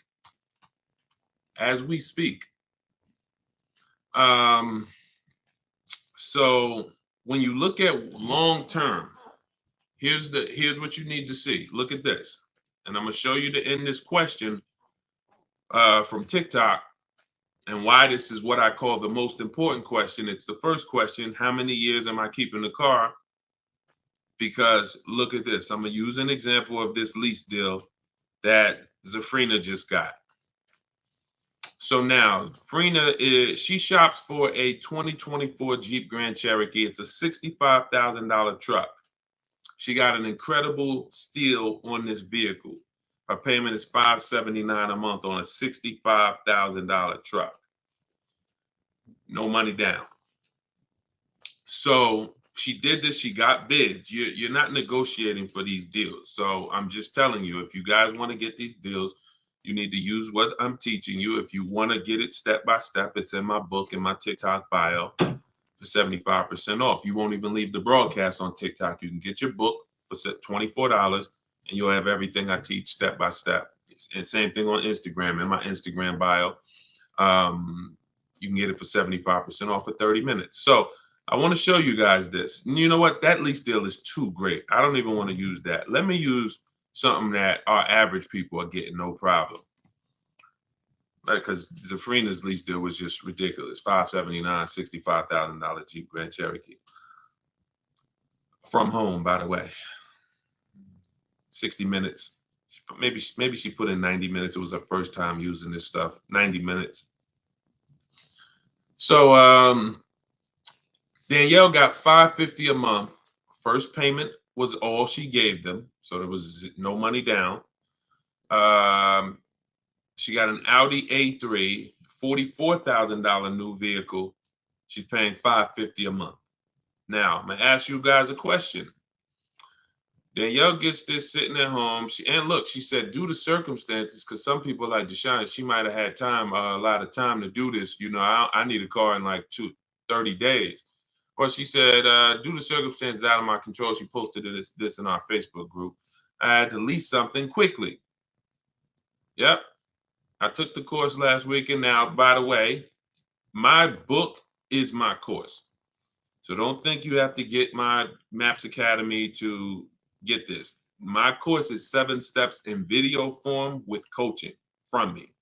My book is 7 steps in book form, and they're the exact same steps with the exact same scripts. So it's just how you, some people like Deshone, I win with the book, like Tiffany, other people who review, and some people do this. So it's all the same. It's just different learning. So the point is, I want to show y'all something. We're making a point here. So she got $550 a month, $44,000 car. How much is every $5,000 on a car loan, everybody? If you're looking, some of you have seen this in a video before. Every $5,000 that when you look at a car, you see it's $5,000, $10,000, $15,000, $20,000. How much is every $5,000 on a car loan monthly payment? Let's see if anybody's seen this. I'll give you guys another. Thank you, Nico Smooth. $100, perfect. Carlos Thomas, $100. Yes. So that is BG Meats. Yes, $100. Perfect. Perfect. Blooming Chosen One. Perfect. See, so this is why this is important for those of you who are going to purchase, not those of you who are going to lease. You need to know when you look at a car, if you see it and it says $20,000, you need to know that that is about $400 a month. $25,000 is about $500 a month, depending on the interest rate. Great interest rate, you could drop it a little lower. But average interest rate, that's what you need to be looking at. And you need to be, that assumes a 5-year loan. Because some people say, well, Deshone, if I take a 6-year loan, no, it'll be lower. But 6-year loans should be the max. See, that there's different ways to budget.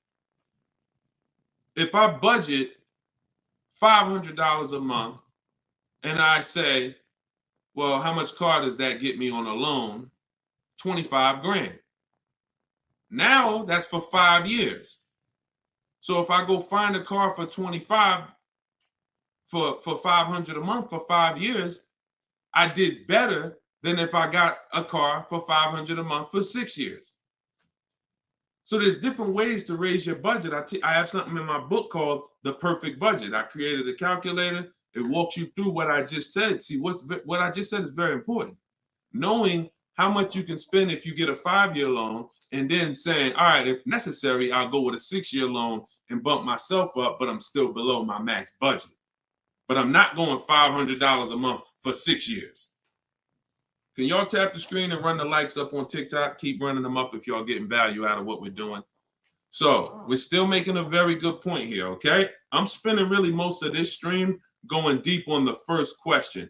And I've never done this before, so we'll see if it works. If somebody said I have a new truck, new advice, any advice.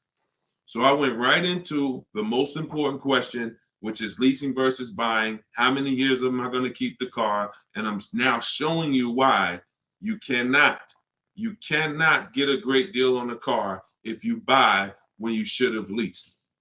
So let's wrap this up. So we can see here, Danielle got $550 a month on an Audi, no money down. Now let's take the same vehicle and let's pretend she purchased it. She didn't know about leasing versus buying. She just listened to a bunch of people, bad advice, who say never lease a car. So she goes in, she's looking for the same Audi Q3, A3. It's her dream car. So I've been wanting this for a while. So excited. So how much is this going to be? I'd like to do no money down. Okay. Well, $44,000 car. Forget the taxes. Forget everything.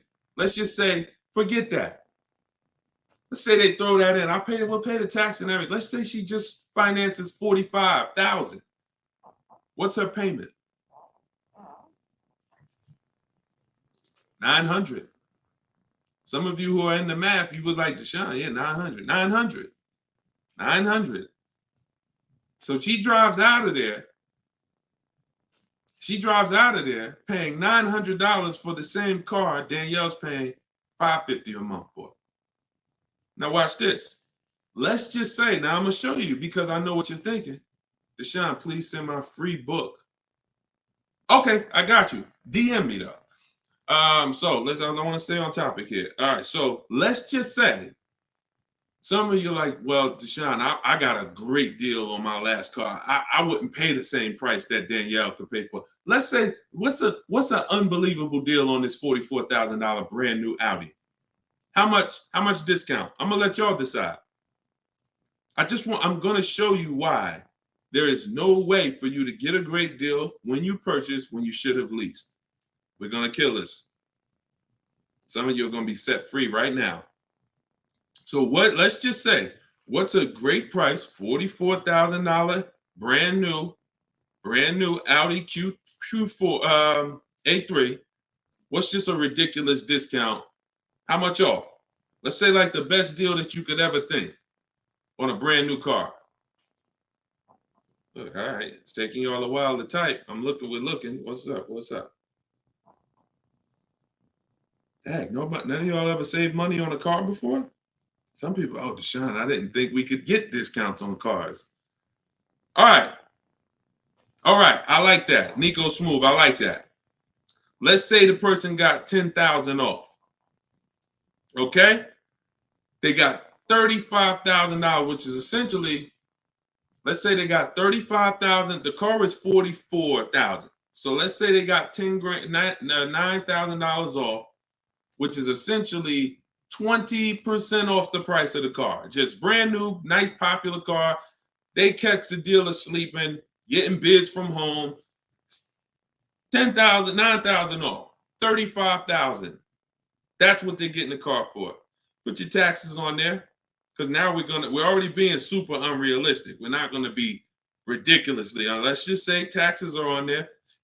You know what? Let's just say no. How about this?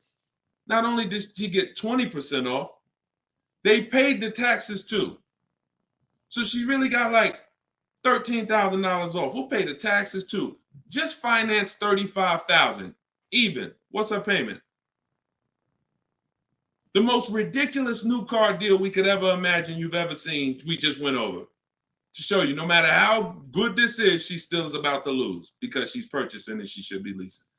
Watch this. And I'm going to tell you, when the person who purchases wins, $700. Thank you, paper chasers. Lisa, $650. Those are the estimates. Where do we win at? Imagine if I just gave y'all a ridiculously unreal situation that will never ever happen, but just to illustrate, if that ever happened, 20% off the car, pay the taxes, her payment's still higher than Danielle leasing. So when does the person who buys win? When they keep the car long enough to outlive the depreciation. Very simple. 8 years. 8 years. It's no comparison. So like you're sitting there and you're like, Deshone, I bought my last car and I've been buying cars all my life. I was just taught you buy your cars, you don't lease them, but I never keep them more than 8 years. If that's you, I want you to type a sad face.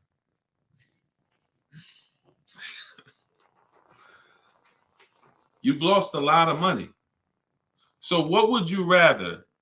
Would you rather never hear about this, really go all your life listening to bad advice? And we might wrap this because we still got time. Before we even go back into more questions, we actually may go a little, because some of you are like, Deshone, well, what if you buy a new car, a used car? Because you just compared that to a new car. All right. So let's just go back one more time. Let's pull up Danielle's because we're on that scenario. So we already said Danielle drove out with a $550 a month lease, paid her first month's payment. Best impossible deal that'll never happen, unrealistic, made up, make-believe deal we just ran was still a higher monthly payment. So imagine with somebody who just goes in regular negotiations, maybe gets $2,000 off the list price. They're leaving paying it's people right now paying $800 a month for this car, $700 a month, easy, no money down. If they didn't put money down, some people tell you, oh, well, I'm paying I got an Audi and I'm paying only $6,000 for it. They never tell you that they put 10 grand down. They never tell you that they put 10 grand down. They forget about that because the day they give the dealer 10 grand, they want to forget about it. So they're definitely not going to bring it up in the story. No money down deals. This is what you're doing most times when you're leasing.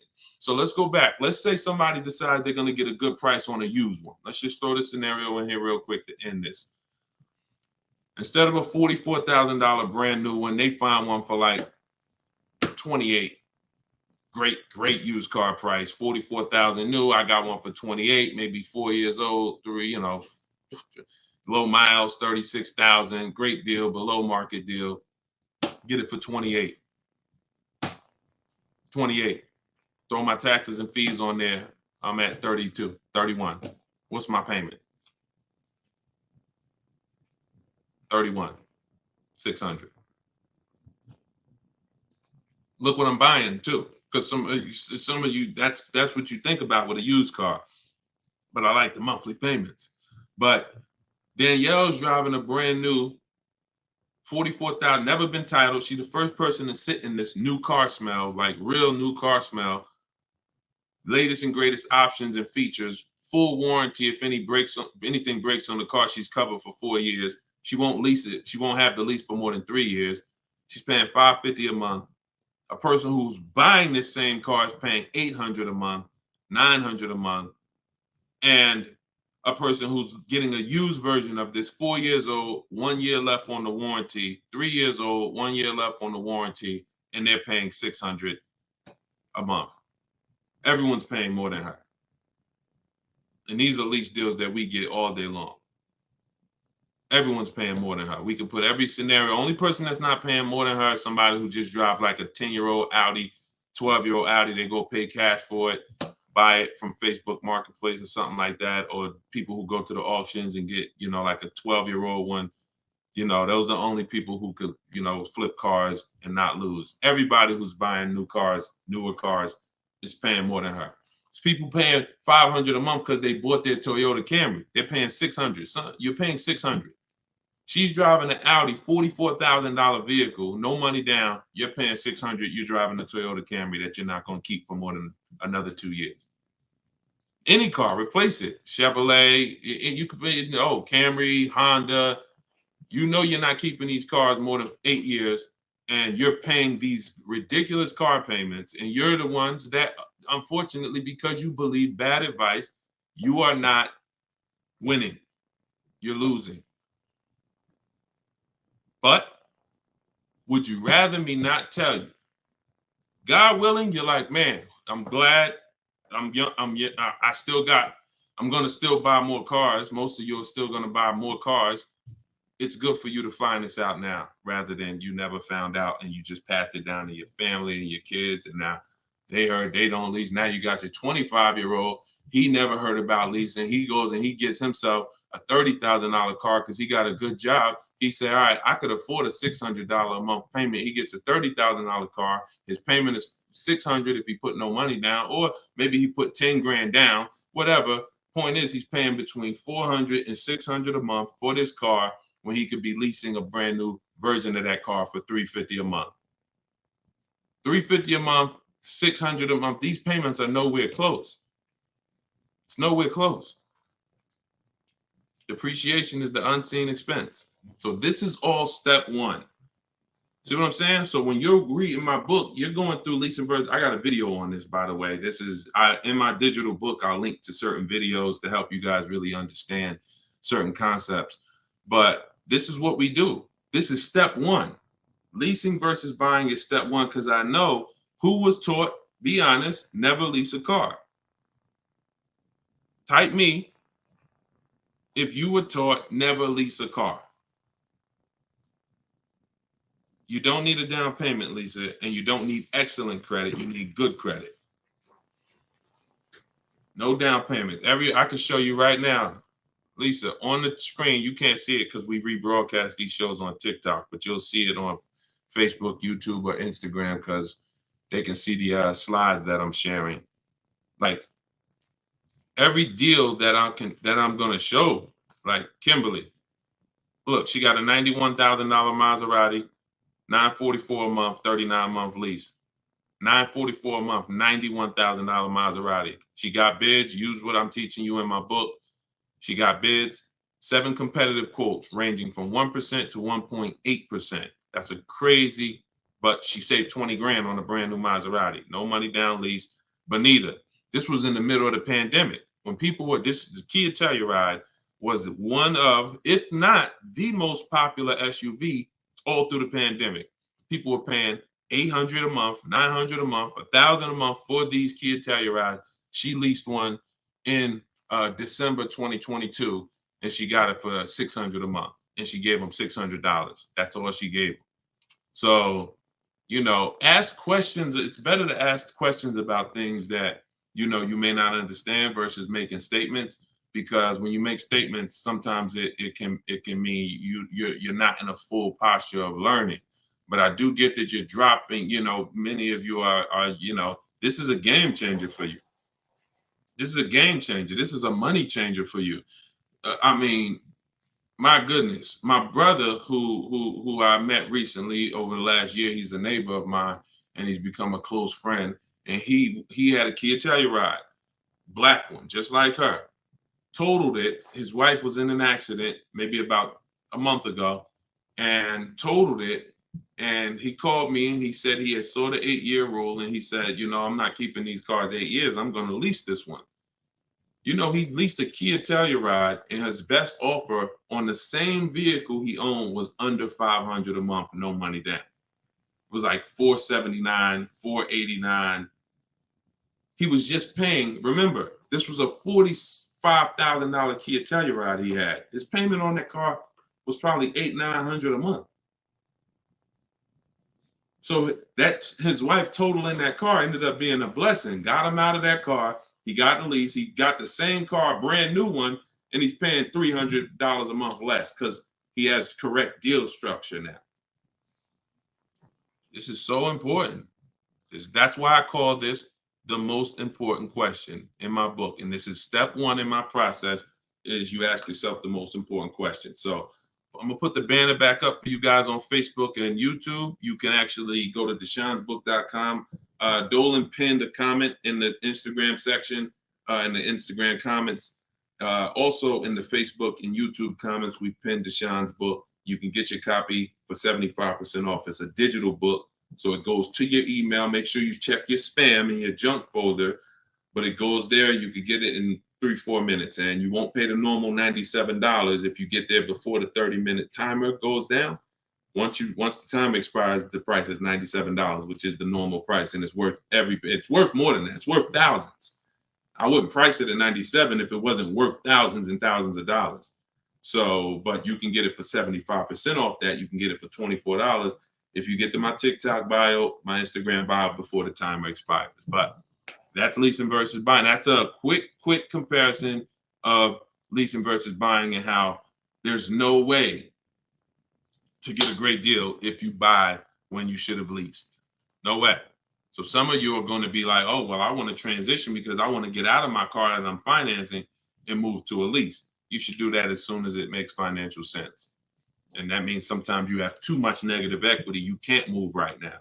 So you may have to wait a year or 2 years before you can actually move over. I like that question M asked on YouTube just now. Do you value owning cars without payments? Can you throw that one up, M? Can you throw that one up, Dolan? Who was taught always pay cash for cars? Who was taught, type a $ if you've heard or you were taught that you should always pay cash for cars. Now, I'm going to tell you, in a market like now, it's great to, all right, I see RJ Velez. Now, there's value in paying cash, and I'm going to tell you where it is, and you got to just, there's no one size fits all. See, the problem, what's been hurting you guys is because you've listened to one size fits all car buying advice. So usually whoever is giving you the advice, they're telling you to buy cars the way they buy cars. Tap the screen on TikTok if this is making sense to y'all. If y'all are following this, keep tapping the screen, running the lights up. Let me know that you're following what we're talking about. So here's what's important. If you're listening to someone who tells you pay cash for cars, buy used cars, that's because they do that. Now, if it makes sense for them, then that's great. But we need to look at paying cash. When does it make financial sense? When does it not? It's based on a couple things. First of all, what are you doing with your money? Because some people say, I don't like car payments. Type me if you don't like car payments. Who said, type that, Deshone, I want to pay cash because I don't like car payments. Can we type that? Can we dialogue on this? Car payments. Anybody? Okay. May not be that many of you right now. There are people who say this, but you don't realize that car payments, when you pay cash, all you're doing is saving up a lot of car payments. So that's all it is, unless you just win the lottery. If you get a lump sum inheritance, that's different. But if you have saved up $15,000, $20,000, $18,000, and you want to pay cash $25,000, then all you did was save up a lot of car payments, okay? Or save what could have been car payments. You can put them in a savings account and just have the car payment come out. So you can literally say, all right, I'm going to put this cash, $25,000 in a savings account, and that's where my car payment is going to come out of, so I don't spend that. If it makes more sense for me to pay cash, then I'll take the cash. And when it usually makes sense is when the rates are very high. If you can't get a rate that makes really, good financial sense, and I mean like we get bids for our rates. We make banks bid, we make credit unions bid, we get multiple offers in what I call the bank bidding war. You get this when you get my book too. This is actually a section I wrote. It's like, maybe it's 3 steps to it of how to get the bank bidding war. But once you get those bids, if you can't get a good rate, then it really doesn't make sense for you to pay cash. I mean, it doesn't make sense for you to borrow the money when you can pay cash for it. But there's an exception to this. What people are doing with their money is relative. So let's just say somebody is investing their money and they can get 10% on their money or 12%. Some of you are in real estate. Some of you are in good investments and businesses, investing into small, things that you can get 15, 20% returns on your money.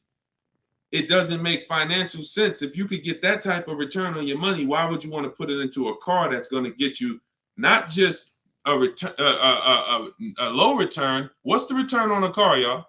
When you pay cash, you pay $25,000 into a car. What is the return on that? on the cash. What's the cash on cash return? Because I don't want to talk about this much because everyone's not paying cash. It's a small number of you who will, but I want you to be able to know when this is a financial conversation that if you're paying cash, you should understand this. If you got $20,000, $30,000, $40,000 saved up, you thinking about paying cash for a car, this should be an easy conversation for you to follow. Okay. All right. Actually, everybody said the return is 0. I haven't seen anyone who's correct yet because it's not. The return would be 0 if you put the 25 in and then 5 years later you came back and got your 25 out. That's a 0 return. If you put 25 into an asset and then you come back in 5 years and you should give me my 25 and they say, well, it's 5 years later, this asset is now only worth 12. What's the return on that? What's up, Big Spoon? What's the return? Not 0. It's negative. It's negative. So you wouldn't take money out of investments that are getting you 10%, 12% or more to put into something where that cash is going to be a negative return on your cash.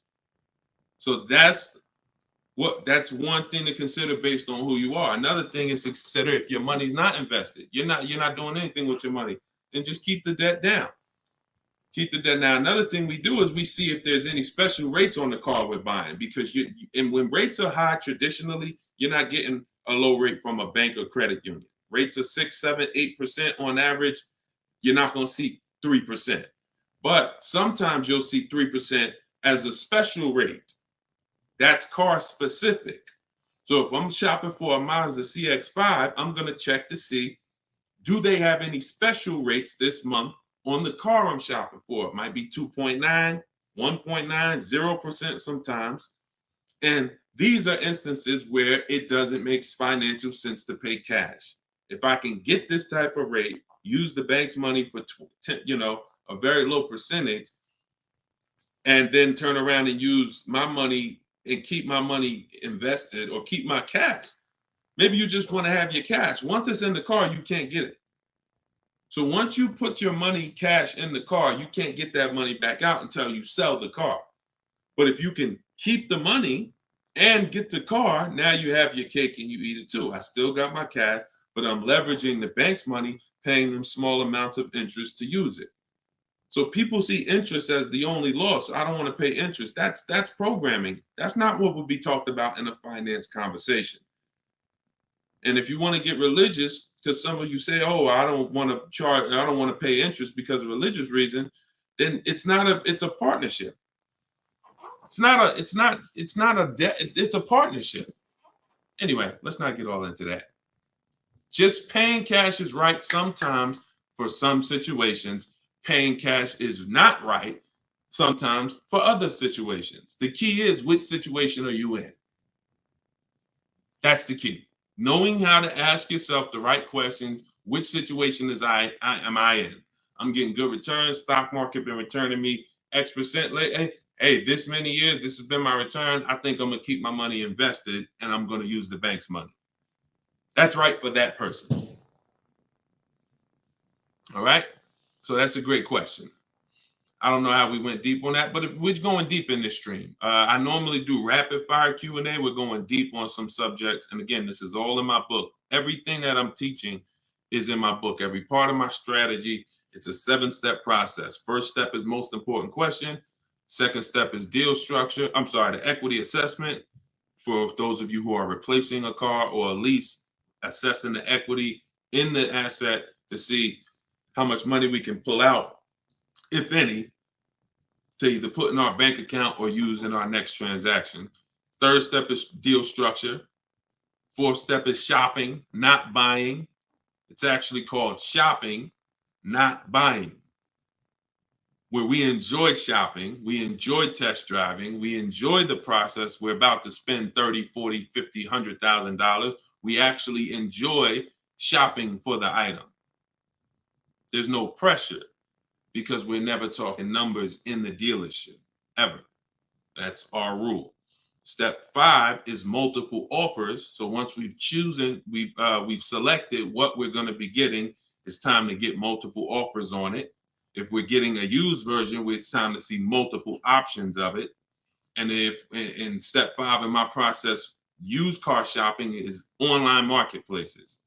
You're using online marketplaces, cars.com, carfax.com, autotrader.com, cargurus.com, Carfax, CarMax, Driveway, and Carvana. 8 marketplace, eBay Motors. See, some of you are missing great deals because you're only looking at 2 of the marketplaces. That's like you're not going to see below market deals until you can see the whole market. So when we're shopping for used cars, that's what we do. When we're shopping for new cars, we use my 25 to 5, where your goal is to get 5 offers. If you are shopping for a new car or a lease, your goal must be to get 5 offers, because until you get at least 5, you are not going to get a below market deal, because we have thousands of people who have come before you who have used this, and they report to me, they report their deals to me. So when I can tell you the deals we see, we have to get at least 5 offers, because 4 are overpriced. Some people get 6, 7 offers. You saw Charles earlier on his Palisade. I think he said he got 10 offers. But once you learn how to get them from home, either you could do it your way, you want to call and get them, you want to call, ask for managers to get them. I don't care what you do. If you're using my process, we don't do any talking. So when you're using my book, we're not talking, because when you talk, who knows, when you talk, you can say the wrong thing. When you type, and then you're typing what I wrote for you, because in my book you're using what I wrote for you to talk to the dealers by email. So I can't even say talk to the dealers, to communicate by email, because we know everything they're going to say. So then the step 6 is paperwork and protection. Once you get your lowest offer, you find the best option. It's time for the paperwork. And then step 7 is delivery. That's it. So everything that I teach is out of one of those 7 steps. And, part of why you have not gotten the deals that you see me sharing is because you don't have any process. You're just winging it. You're just hoping things go well for you. And that's just not a place of empowerment. That's just not a place of empowerment. Strategy is here. So, so we went deep on some of what's in that book and what you'll learn if you get it in the comment section, or you can get it in my TikTok or Instagram bio. If you're watching us on TV, you can also scan that QR code with your phone. And as long as you get there before, but now you're seeing why the book's worth $97. I see why you priced it at $97, Deshone. You know what I'm saying? That makes sense. You breaking this down and telling us what's in the book, and it's a digital book with links to videos and scripts and things you copy and paste. Oh, I see why this is a $97 book that you can get for 75% off. $24 before the timer runs out. Go ahead, Dolan. Yeah, this has been good so far, though. I do like this. Are you enjoying this dynamic? If you are, type something. The word something. Let me know you're enjoying this. All right, this is from TikTok. I'm told lease deals are new each month. Yep, they usually are. Why shop if brand has same financing deal? There's no same financing deal. So lease deals change every month. I'm going to make sure I'm trying to understand your question right. I'm told lease deals are new each month. Lease deals usually change every month. Sometimes they'll run the same one for 2 months, but usually something changes about the lease deal either every month or every 2 months. Why shop if the brand has the same financing deal? Well, we're shopping for offers. So shopping is to get offers. The financing versus leasing is the first question you should be asking yourself, though. Because as we spent a long period of time talking about earlier in the stream, one offer is not, you can't get a great deal if you buy when you should have leased. So if you didn't see that, definitely watch the replay on YouTube or Facebook. But the financing and lease deals are extremely different, and they're going to be entirely different prices. And we can't even depend. We don't even.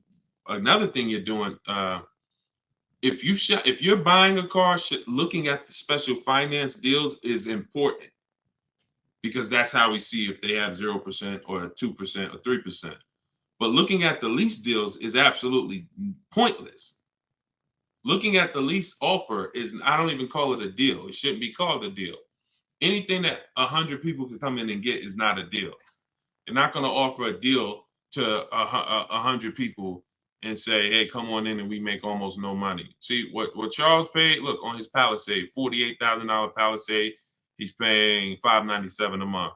Sean getting he got his F-150 Lightning XLT, $73,000 truck. His lowest bid, he saved, he got it for $4,999, what's this? $21,000 off is what he got. We're showing it on the screen right now in case you think we're capping. You know, we don't need to. You know, this is, look, Frina, y'all saw Frina, 579. This is Tiffany, who wrote us in when she got her deal using my book. She said, I believe we got a good deal from what we learned from the book. Look, it was a $44,000 MSRP that she got $6,530 off the price. That was her lowest bid. So you're nowhere close to what normal people are paying and what is advertised on these vehicles. What's advertised on these vehicles is not a deal. A below market deal is something where the managers don't really want to make it. But you know what? It could happen for a number of reasons. Somebody wants to beat their competition. Sean said he had to go 100. We shop out of state. You'll get very used when I walk you through shopping from home, and you'll see. I mean, if you're gonna do it your way and you get used to it, you'll see you're in more control. You're in control.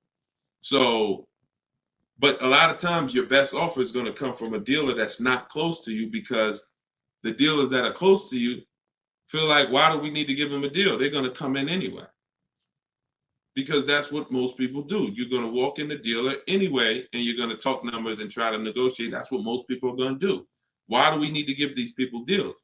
But this person who is now talking to multiple dealers from home, they hold the cards. We hold the cards.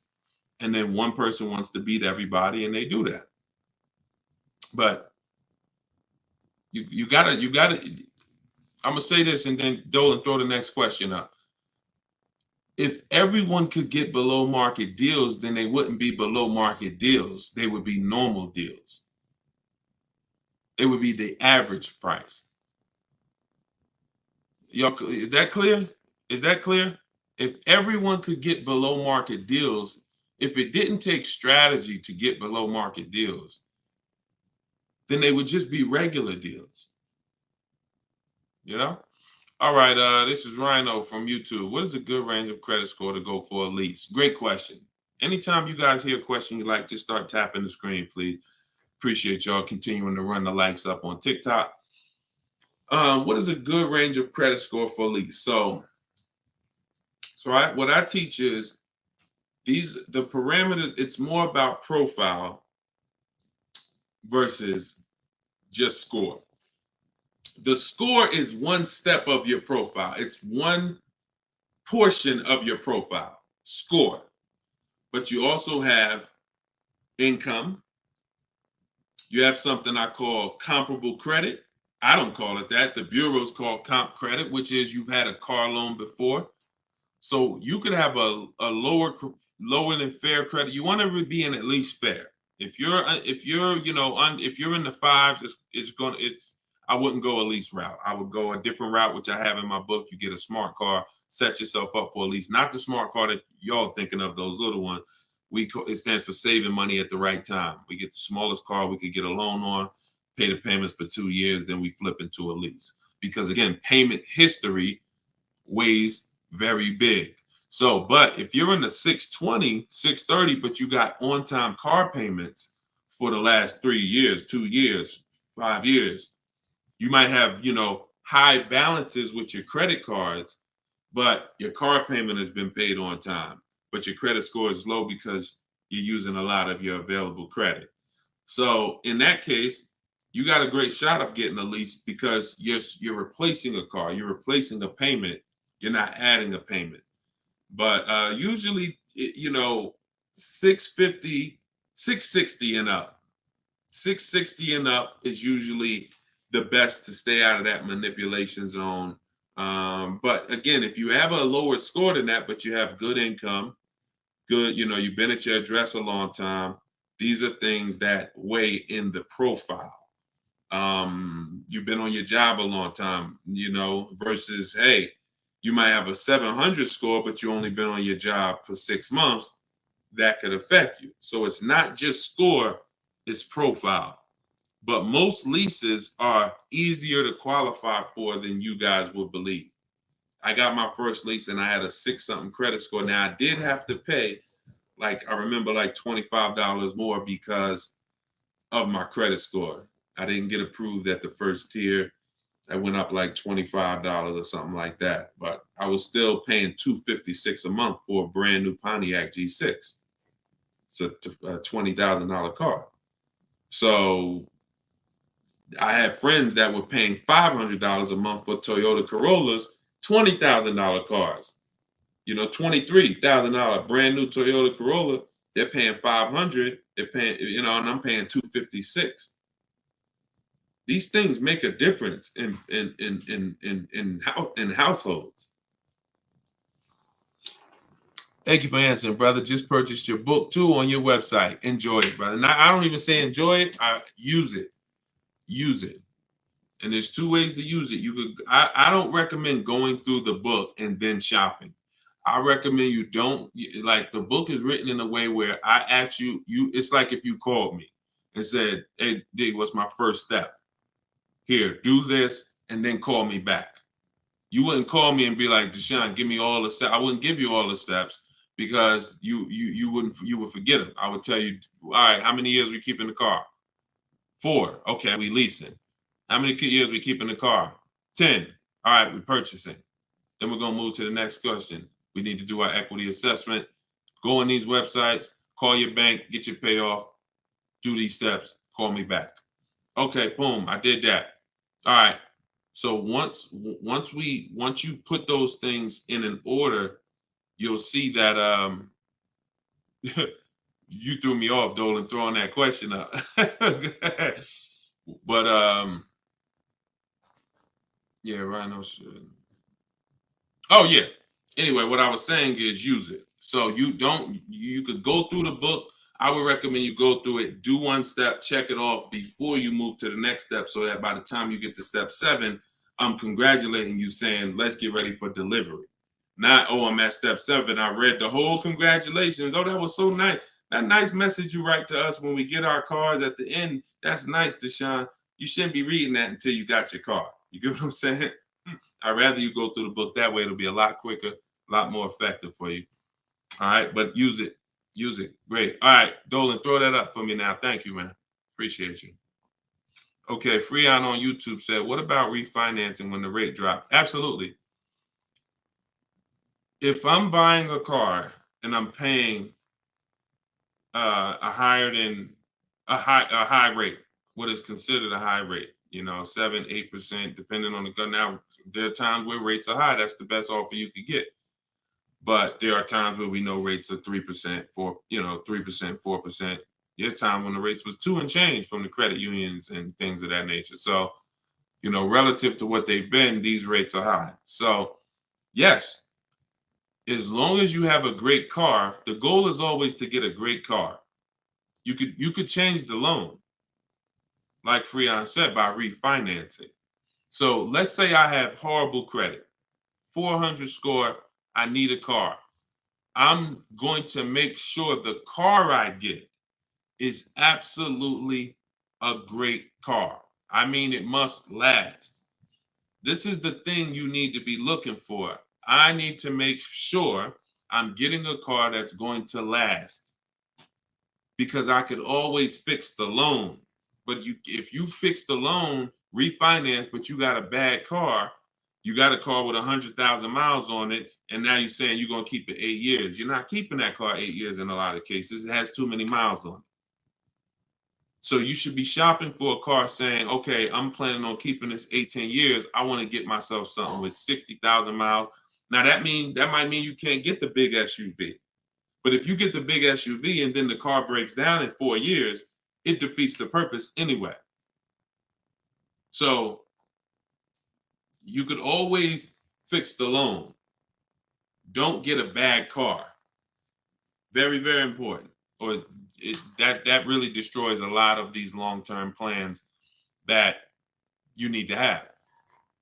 Okay? But yes, everyone will be refinancing when the rates drop. That's for sure. Go ahead, Dolan. Next one, please. Great questions. Great questions. Yes, these are some great questions. From TikTok, I have a car with a lease ending in a couple months. Buyout is 35, but Kelly's Blue Book is 44. Should I buy out the car with the option to sell after? We don't usually buy leases, in fact, ever. Why are we so big on buying our leases? Who told us that was a good idea? Who told us going from buying? Think about this. 3 years ago, I drove off the lot with a very nice brand new car that I was paying, hopefully, a decent payment on. Why am I going to stop doing that to now buy a used car? What's the benefit to us buying these leases out? Maybe I don't see it, because what I explain is it's a horrible idea. It's a horrible idea. One exception, if you're keeping the lease 8 more years after you buy it, then it's fine, because it's just like you bought a used car. So you really kept the car how many years if you leased it for 3 years and you're keeping it another 8? See what I'm saying? 11 years. So you're going to win. It's still a bad idea, but you'll win somewhat if you keep the whole car 11 years, because I'm going to tell you why. Once you get the used car, you reset everything. You got that's a whole separate transaction. If you lease a car, your payment on that lease is going to be, let's just say your payment on the lease is $450 a month. What you're going to find in most cases, if you buy the lease out, to get a $450 a month payment, you got to take a 6-year loan. To get a $450 a month payment, you got to take a 6-year loan. So you already leased the car for 3 years, and now you're purchasing the balance for another 6. You leased the car for 3, you're purchasing it for another 6. That's 9 years. So why did I just say the only way to win when you buy your lease is to keep it at least 11 years? Because how many years of payments are most people going to have? 9. 9. 9. Can we let that sink in? A person who buys their lease, like most people are going to buy them with 6-year loans, you're paying for 9 years on the same car. 9. Even if you get a 5-year loan, 8 years on the same car. So it'd be a shame to go pay 8 years on the same car and then turn around and do that all over again. So you want to keep it long enough to at least, hey, I had 2 years of no payments though. You know, I had that car 11 years. I only had 2 years of no payments on it. That's a pretty bad way to live. You're paying on 9 years old, 8 years old, you're still paying on the same car. 7 years old, still paying on the same car. This is why buying your lease is a horrible idea in most cases. From the start, you should either be leasing or you should be buying a used car. It's one or the other. and you're buying a used car that if you plan to keep it 8 or more years, you're leasing if you're not planning to keep the car 8 years. That's it. Not many cases where these make sense. Go ahead, Dolan. It's a great question though. And I'm hoping we can help a lot of people stop doing that. And eventually maybe 10 years from now, 15 years from now, people won't be asking these questions, but it's a very, very common question. Go ahead, Dolan. Shoot the next one up, bro. Nico Smooth on YouTube. What's up, my man? Deshone, if I wanted to counter offer lower than what the calculator generated, would that be realistic? Getting 1.4% would like to get around 1. If your lowest offer is 1.4, then that's the lease program. If your offers are 1.4, your offers should not be the same. That means you don't have enough offers. If all the offers are in one spot, 1.4, that means you're not getting enough. Once you get 5, 7, you'll see they should be at least $150 to $200 a month difference. That's how it should be. 400 to 600 a month. 600 to 800, 600 to 750. That's how it should be.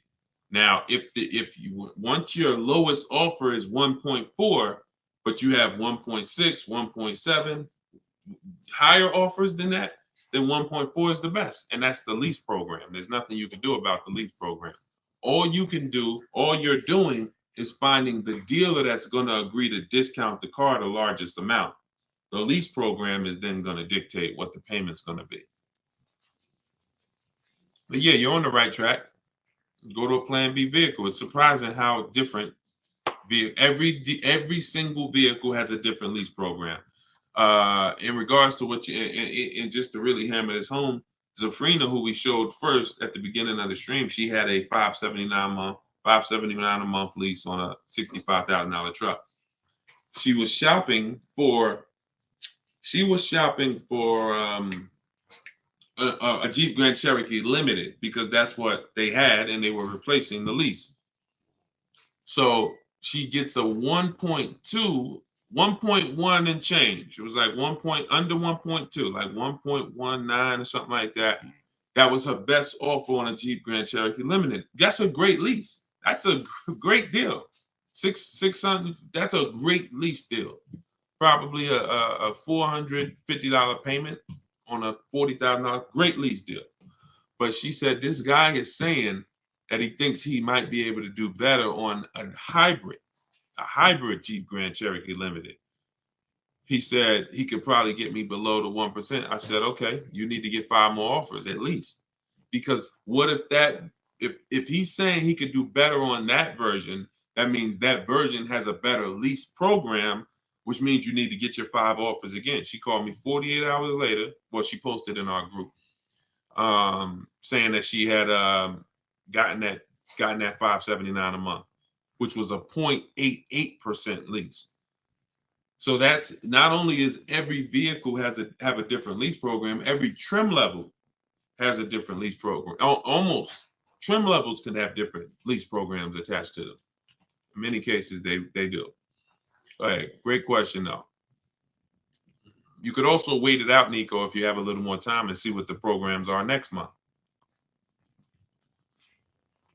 Go ahead, Dolan. You can shoot the next one up.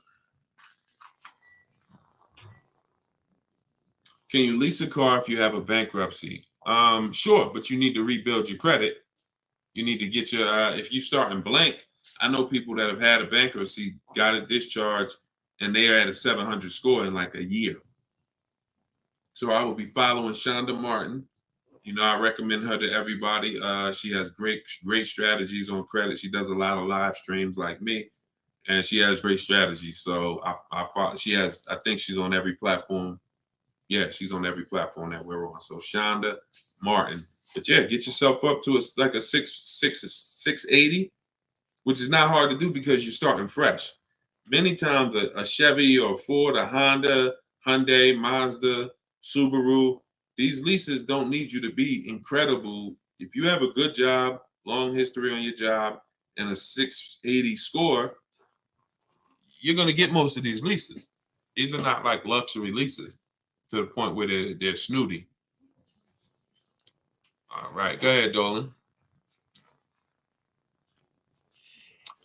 Genesis on YouTube. So how can you lease out of state with the current lease looking to trade in? But I heard Deshone say out of state lease deals are good. Well, if it's the best offer, you go as far as you need to go to get 5 offers. In my book, we use my 25 to 5 strategy, where you're connecting with 25 dealers online in 20 minutes. We go to their websites using the contact tab, and then you have a template of mine that you copy and paste. If you're going to do it your way, you're just writing in, all the details of what you want, when your deadline is, what options you're looking for, what you're over. This is all stuff I walk you through in the book. What you're looking for. Really, it's about the car. You're not saying, hey, I'm looking for a lease quote, I'm looking for a purchase quote. We need to find out who even has a car before we start talking about money.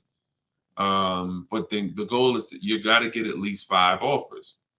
You got to get at least, and you have to do the equity assessment to see if there's any equity in your current lease. You don't want to return that, and you don't even know if there's any equity in that lease. And the only way you know that is the offers you get are higher than the payoff. It's very simple.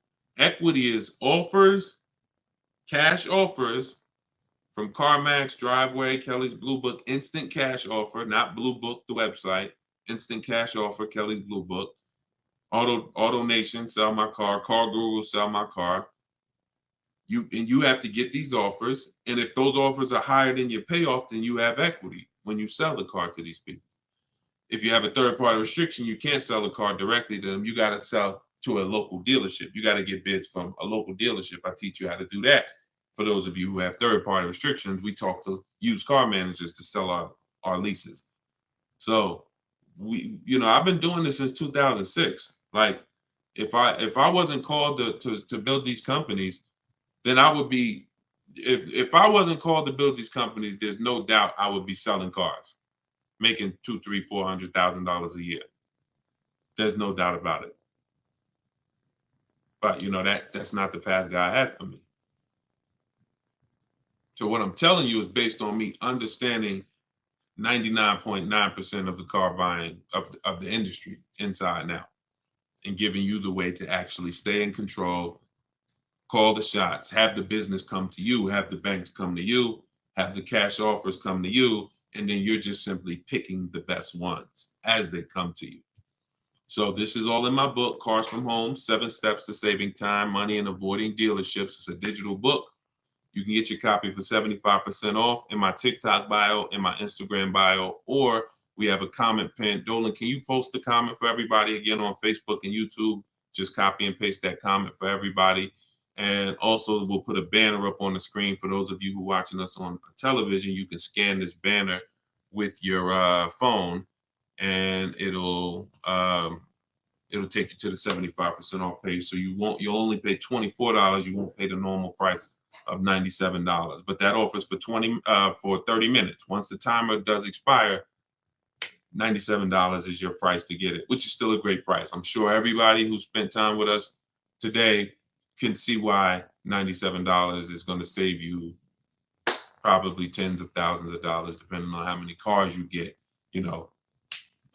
Sean saved 20 grand on his first car. So for those of you who want to attend my free masterclass, Everything You're Doing Wrong, Buying, Selling, and Leasing Cars, you can attend that in my bio. We'll also put another comment for those of you who want to attend that. That's about an hour-long class, and I'm teaching very specific. You'll need a notepad for that. That's not just Q&A, although we do Q&A after. So you guys can go watch that, and so we'll put, and that's also in my Instagram and my TikTok bio. So the information's available, y'all. That's the whole point. There's no excuse. Everything that we talked about today is really financial awareness, financial literacy that you have not learned. You haven't heard of it before, but this has been around. We've been doing this for 3 years. Over 2,000 people have come before you. We have over 6,000 people that have this book now. So this ship has sailed. This car buying from home, you're late to the show now. And you can't afford to go buy another car the old way and think you're getting a good deal. You can't afford to do that. I mean, money is very hard to come by for some people, and you need to, I don't care who you are, you should take it seriously. So this is why we're here. And so you can get it from my free videos, from these Q&As, in my book, in my masterclass. I don't care how you get it. You want to join me in Maps Academy and have me coach you through your car buying. I don't care how you get it. Just make sure you get it. Get in where you fit it. All right. So that was episode 17. All right. We'll see you on episode 18. God bless y'all.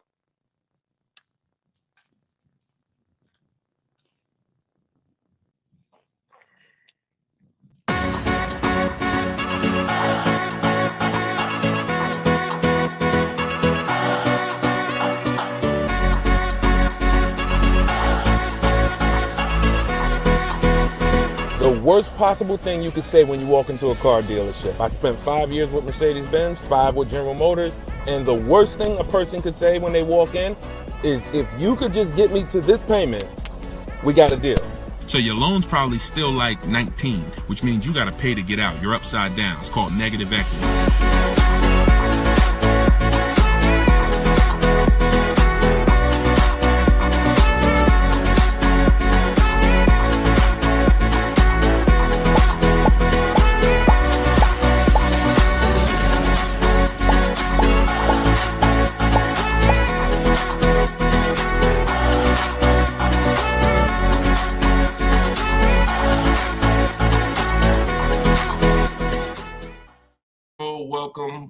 Welcome. This is episode 17 of Car Shopping Questions and Answers. I am your host, Deshone the Auto Advisor, and we do these live shows throughout the day, throughout the week, to make sure that you have access to cutting edge car shopping strategy, which is the science of making dealers and banks bid for your business instead of negotiating the old-fashioned way. So that is what we do here. Frankie boy, good to see you, Frankie boy, on TikTok. Kev, I see you on TikTok. We are live on all 4 platforms: TikTok, Instagram, YouTube, and Facebook. We have Dolan in the background. He's going to be pulling in your questions for the show. So as you're here, you can start typing your questions. Let's get the housekeeping out of the way as well. Could everybody who shares great information hit the share button? Also, I'm the author of the new digital book, Cars from Home. It's called Car Shop. It's a 7-step system that we use to car shop, and we get bids from home. Everybody that you're going to hear me talking about today, I'll be sharing a lot of different people throughout the broadcast that use this system, so that you can see the different results that you will get when you start learning to make dealers bid for your business instead of negotiating the old-fashioned way. So thank you to everyone who has reviewed the book. Again, this is our Thursday, 12 p.m. live. It's May 9th, so you guys can start typing your questions if you are here with us live. And for all of you who do want your copy of my new book, Cars from Home, 7 Steps to Saving Time, Money, and Avoiding Dealers. We have a link in the comment section on Facebook for you guys. We also have a link inside my TikTok bio, inside my Instagram bio, that you guys can use to get your 75% off your copy. So you won't pay the $97 price. You'll pay $24, but it's only for 30 minutes. So once the 30-minute timer is up, the price is $97, and it's a great price. So all of these people you'll be hearing throughout the show have used the strategies that are in this book to save thousands and thousands of dollars from home. And that's where I'd like you to be as well. So, Dolan, as you get the first questions coming in, feel free to throw them up, and we'll get right to it, y'all. Let's go. Whenever you don't see the banner above me, you know we're actually live. When you see the banner, that means we're rebroadcasting, because we do rebroadcast this show throughout the day. But whenever you don't see the banner, that means we are absolutely live. Okay, so start typing your questions. Type them fast, and we'll get to it. T. Del Mar on Instagram. I'm leasing. Now test drive. Why do I ask for an older salesperson? Won't any salesperson be okay? No, any salesperson will not be okay. Some salespeople will bring you in for a test drive. we talk to people who are experienced in the dealership. So when we talk to them and we ask them, do they have a car that we're coming to see? We know 9 times out of 10, they're going to be honest with us. You get a new kid on the block or a salesperson who doesn't care about this stuff, they'll get there. Who's ever gotten to a dealership, was coming for a test drive, and then the dealership said, oh, that car got sold, or that car is not here anymore by the time you get there? If you've ever had that happen, type me. You set up a test drive, you come in, oh, I was coming to see that car. Oh, it sold like, 2 hours ago. It just sold.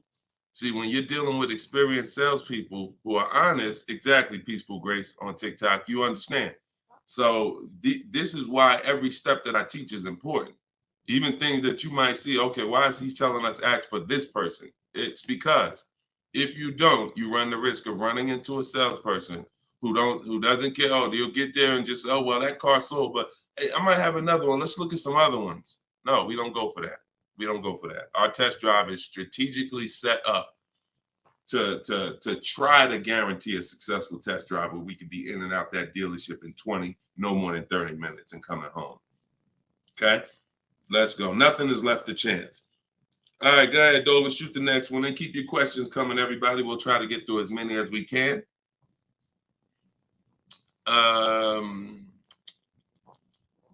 I see you got all right, we got one that just came in on TikTok. We'll give everybody a chance to come on in and start typing your questions. Try to type them all in one question, kind of one long question versus, continuations and continuations. Shaderick Will on TikTok. How do I get out of a finance contract without it being on my credit as a repo? How do I get out of a finance contract without it being on my credit as a repo? Well, let's talk about how not to do it. If they take the car back because you didn't pay them, that's a repo.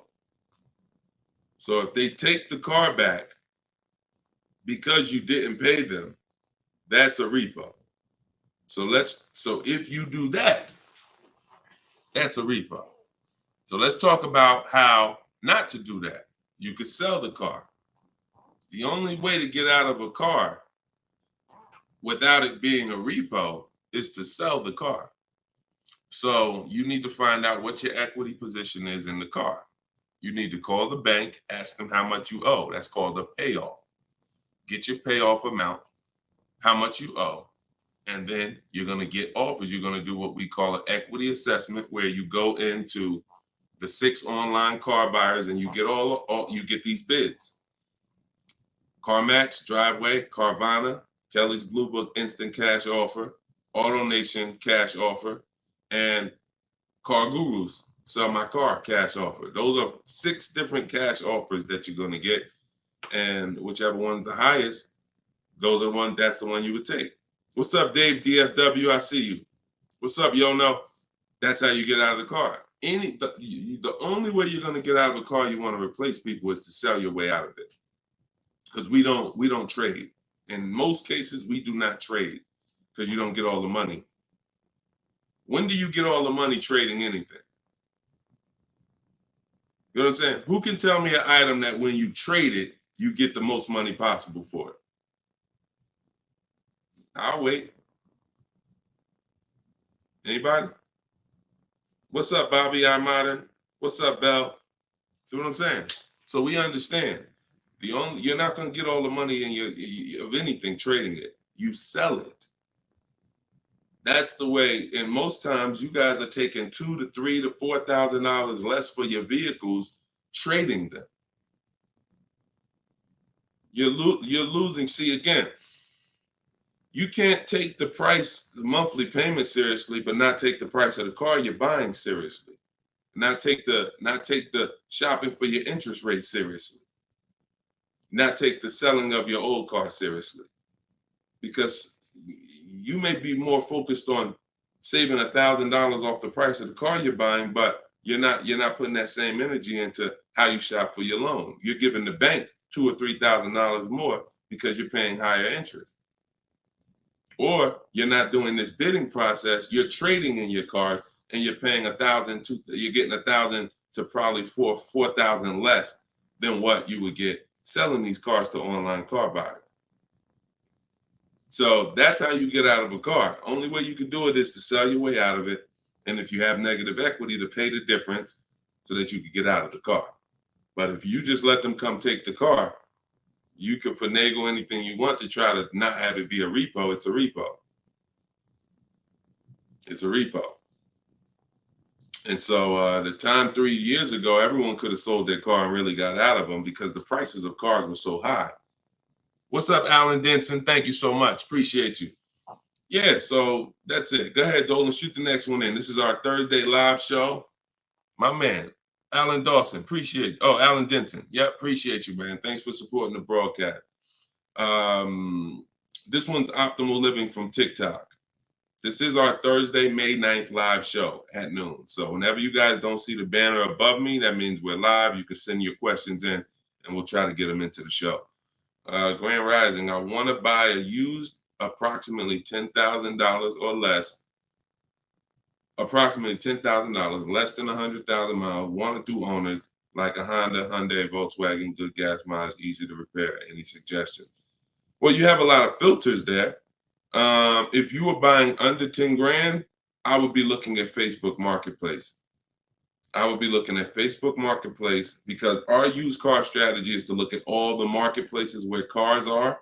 These are, Auto Trader, Cars.com, Car Gurus, Carfax.com, CarMax, Carvana, Driveway, and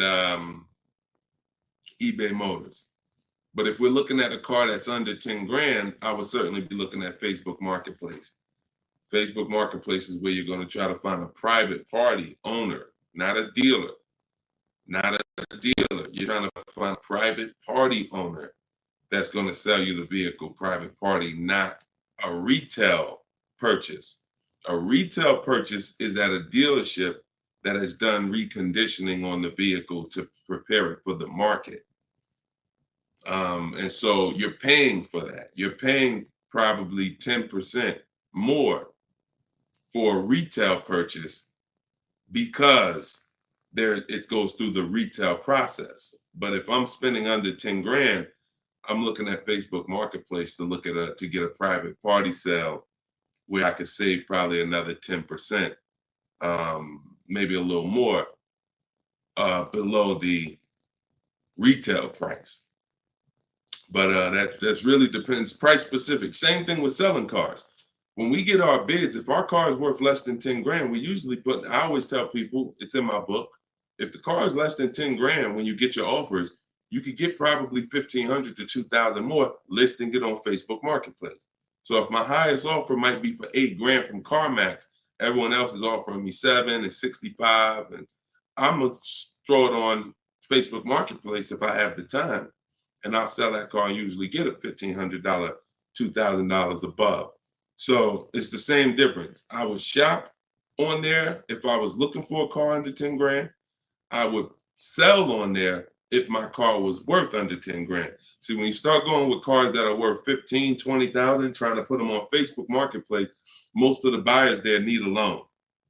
Most of the buyers on Facebook Marketplace need a loan. So when you get there, they're not going to be, most people don't have 20 grand to bring a private party. That's just most people.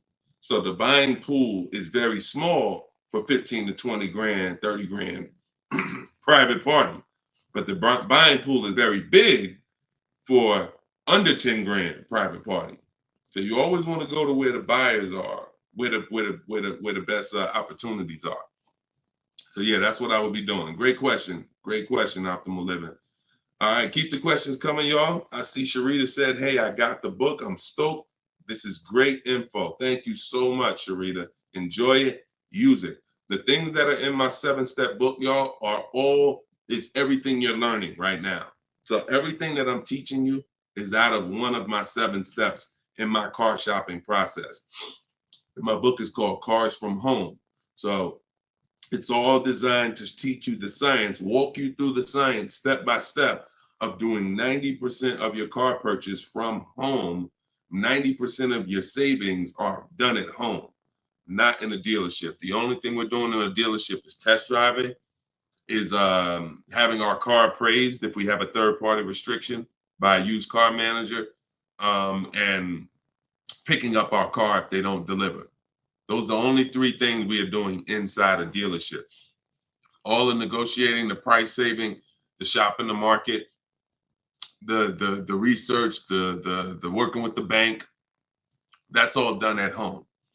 And some people, some of you are going to do 100% of your purchase from home. If it's a new car or a lease, some of you could do 100% of it, because if the dealer delivers, literally you never went into the dealership except for the test drive, and then we get our bids and we make the we accept the best offer. This is somebody who just got a bid. You can see the dates not too long ago. Look, I contacted 25 dealers. Some of you know my system is used to, we connect with 25 dealers, with our goal being to get 5 offers. Because what percentage of offers is overpriced? Let's see if anybody on here knows. If anybody's been spending time with us, this might be a lot of your first time with us on the stream, but what percentage of dealers is overpriced? Let's see who knows. And this is why you must get at least 5 offers.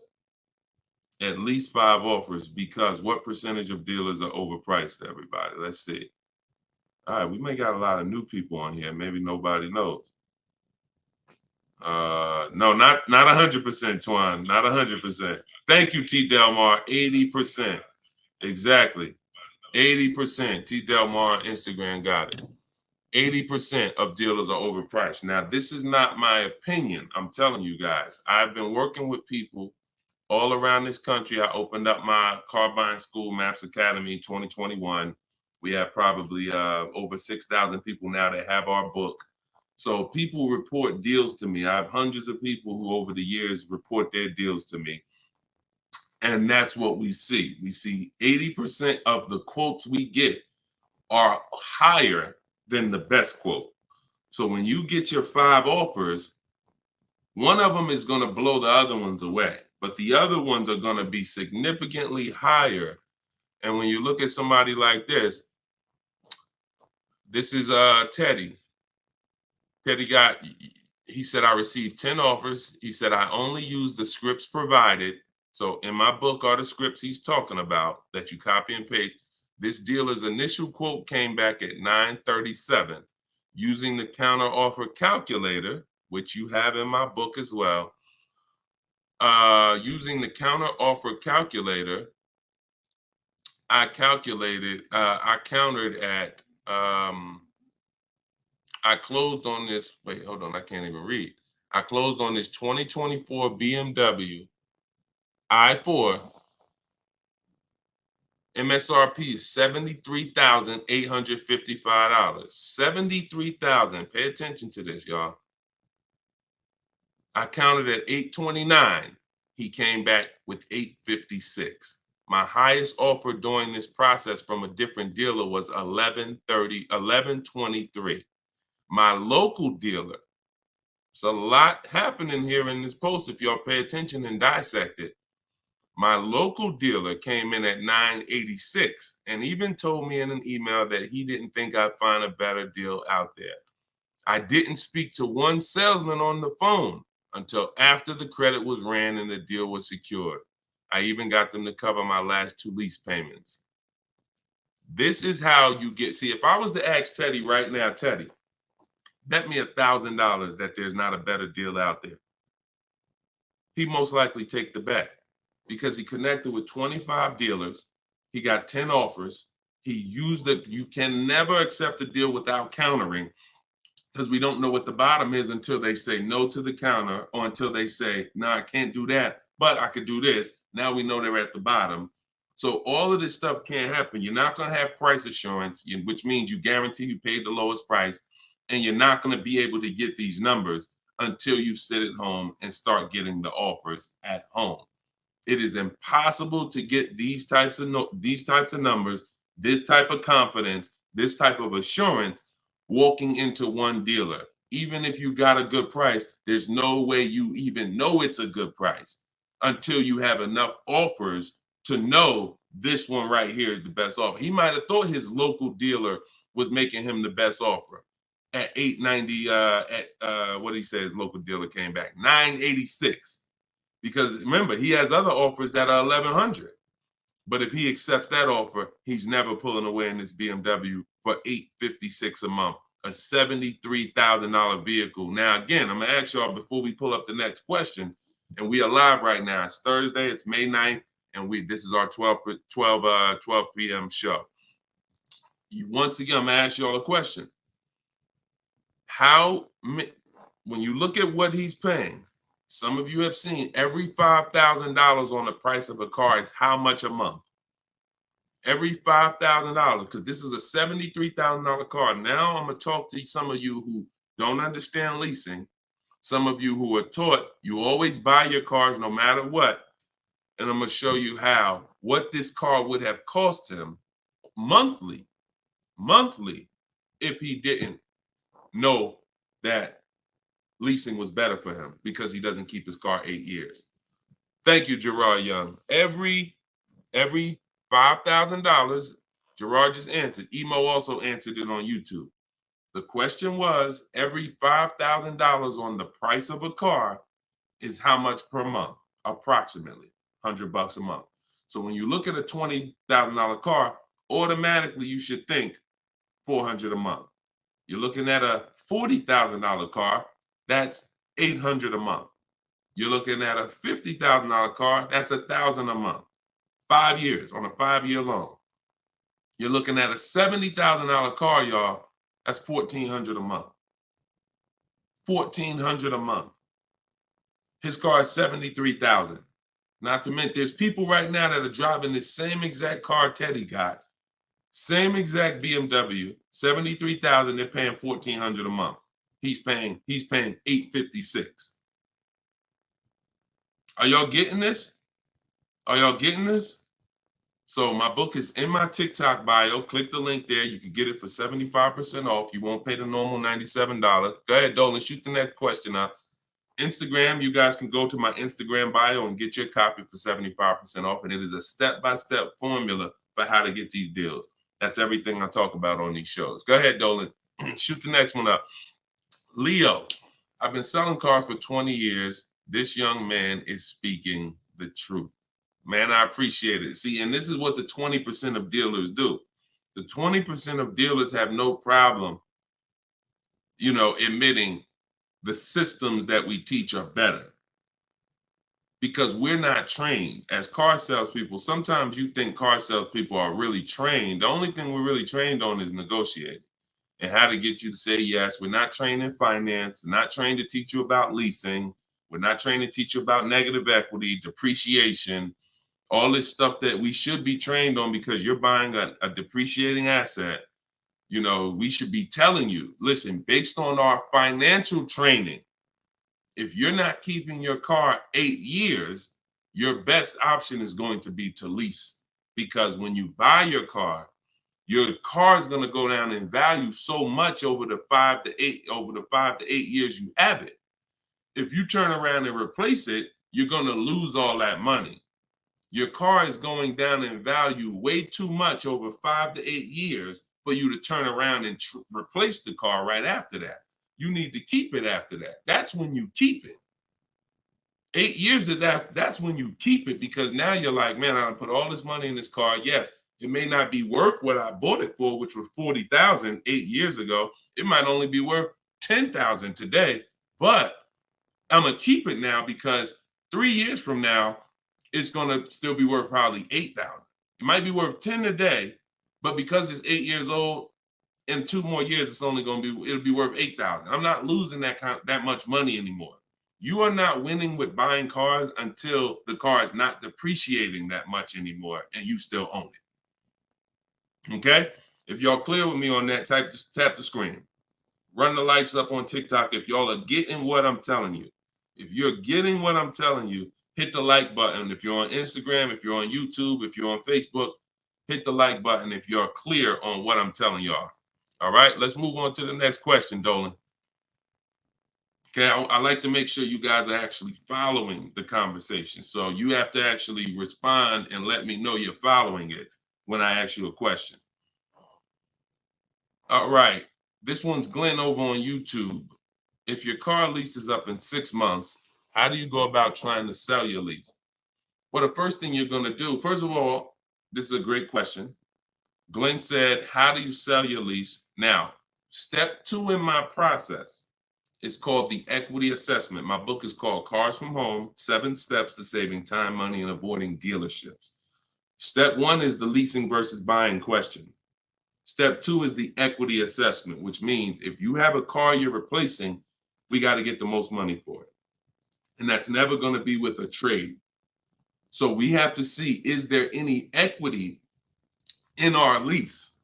Now, we are not assuming this. We are going to do this process and see, because some leases have no equity. Some leases have a good amount of equity. Like, hold on, I just had somebody write me talking about equity they got in their lease. Hold on. Didn't talk to, I think it was this person. Oh, but I cut off their post. Somebody said they just got $4,000 here, and I always like to say this. I always like to show this stuff so people understand. You know, we operate with documentation. So when you are getting how you determine if you have equity is with cash offers, not with algorithms. Kelly's bluebook.com. Blue Book says my car is worth this. That means I have equity. No, Blue Book doesn't buy cars. So what you want to do is you want to determine if you have equity by calling your bank. You're going to get your payoff, which is how much you owe. And then you are going to go on the websites that I'm laying out for you. It takes you 20 minutes. If you can't take 20 minutes to go on a website to fight for your money, you don't deserve it. You're going to CarMax, you're going to Driveway, you're going to Carvana, you're going to Kelly's Blue Book Instant Cash Offer, where they connect you with a local dealer to get a cash offer. You're going to Car Guru, Sell My Car, and you're going to AutoNation, Sell My Car. And that's going to give you up to 6 offers. And if you have a lease, you need to ask your bank, do you have a third-party restriction?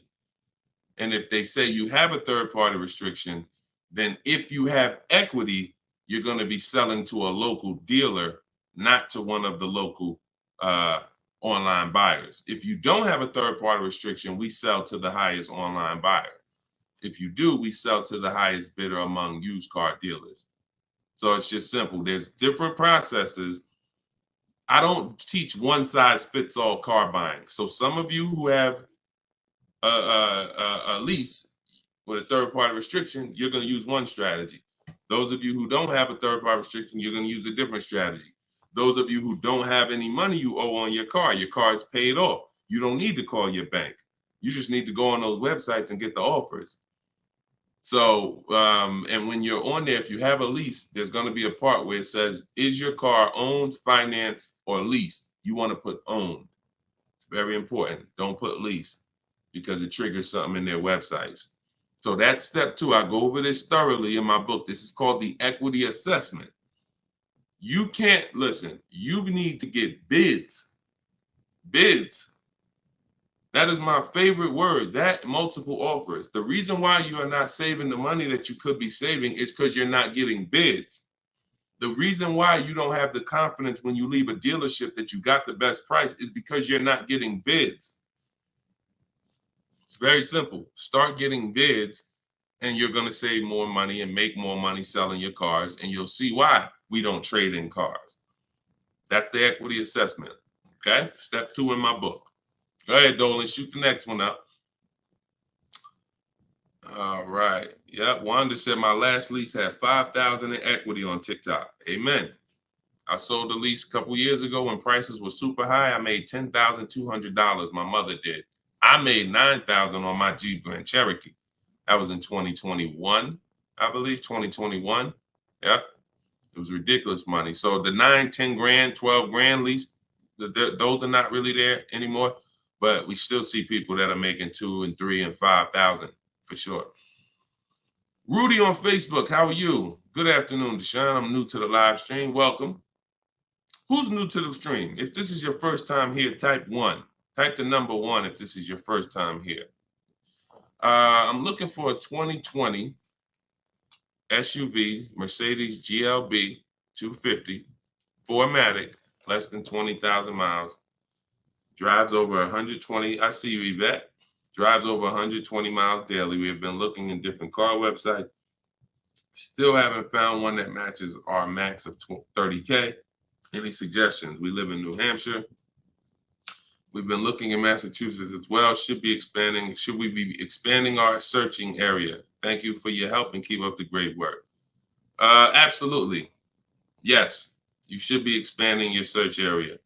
If you're looking for a 3-year-old vehicle with less than 20,000 miles, right now, you got to look at the age of the car. When you're searching for a used car, you got to remember a car comes out the year before the year we're in. So if a car is a 2020, it was released in 2019, most likely, which means you're calculating the age based on then. So if you're looking for a car that was released in 2019, and right now we're in 2025, you're looking at a car that's 6 years old. If you're looking at a car that was released in, 2022, and we're in 2024, then it's 2 years old. So you need to look and say, okay, how old is the car I'm looking for? And then we can look at the mileage. Because if you're looking for a car that's 4 years old, but you're looking for it to be driven 20,000 miles or less, that means you're only looking for a car that has a 5,000 a year average. That's going to be very tough. I like to go with it. I like to look at 10,000 a year, and then I like to go to 12. Now, we're talking about how we expand the search of our used cars, because the whole goal is to expand the search slowly. So if you were looking at the 2020, 20,000 miles, now go up to 30,000 miles. I would go up to 40,000 miles, because 40,000 miles still means it's driven lower than average. Just to show, so average miles is 10 to 12,000 miles a year. If you get a vehicle and it's 4 years old, it's driven 10 to 12,000 miles a year. It has really under 40,000 miles on it. It means it's been driven under 10,000 per year. So you're really looking for the mileage. It's the mileage that I think is really going to limit you. Now you could expand your search wide, like you said. There's many ways to expand it. You could go 100 miles out. You could go 200 miles out. You can go 500 miles out. But you could also expand the search by lowering the mileage threshold and saying, all right, I'm looking for something that has, under 40,000. If it has 36,000, 38,000, 30, I'm good with looking at those. And I think that's going to give you a lot more options, considering how old the car is and how many miles you're looking for it to have. That's way, way, way, way, way below average driven miles. Way, way, way below. And when you have just, you're looking for a car that's only been driven 5,000 miles per year, you're going to have a harder time doing that than looking for a car that's been driven 10. So once we do that, we're still narrowing it down in other ways. Carfax title history, service records, accident history, verifying there's no fake fees. So we have other narrowing down processes. Then we get the new window sticker to make sure, because you can't know you paid a great price without knowing what the original price was. Who's bought a used car in their life? Type the letter U. Type the letter U, and I'm gonna tell before Dolan pulls up the next question, I want to make a point here to how just not having strategy, you guys are missing the things that you should be using to determine if you're getting deals. Yvette, I see you. Okay. Richard on Instagram, I see you. Leslie on TikTok, I see you. Alex, I see you. Derek, I see you. Harold, I see you. Kathy, I see you. Okay, so let me show you something. When I was buying my Infinity truck, all of the trucks we were looking at were white. All of them were priced between 30 and 32,000 as a used vehicle. 30 and 32,000. So if I narrowed it down, the top four I was looking at, they were all white, black inside, between 30, 32,000 price. Um, Similar miles, one may have 26,000 miles, but the highest one has 36 similar miles. So I'm narrowed this down. Now, this is where many of you you don't have the information to make the right decision, because the determining factor of which vehicle I chose was based on the brand new price. I'm gonna tell you exactly how this went. Once I got the brand new price, I got the brand new window sticker on all of these cars, I was able to see that one of the cars brand new was 46,000. One of the cars brand new was 48,000. One of the cars brand new was 52,000. And one of the cars brand new, which is the one I ended up getting, was 54,500. It was a special edition. It has all of these features on it, has all these packages. It has different rims. It has all these different things. Now, if I would have picked the other ones, because the asking price was lower, I would have made a horrible decision. Paying 31,000 for a car that was originally 46,000 is nowhere near as good of a deal as paying 31,800, which is what I paid for a car that was originally 54,000. This is what I call in my book the true value percentage. The true value percentage discount is what the vehicle is being sold for relative to what it was when it was new.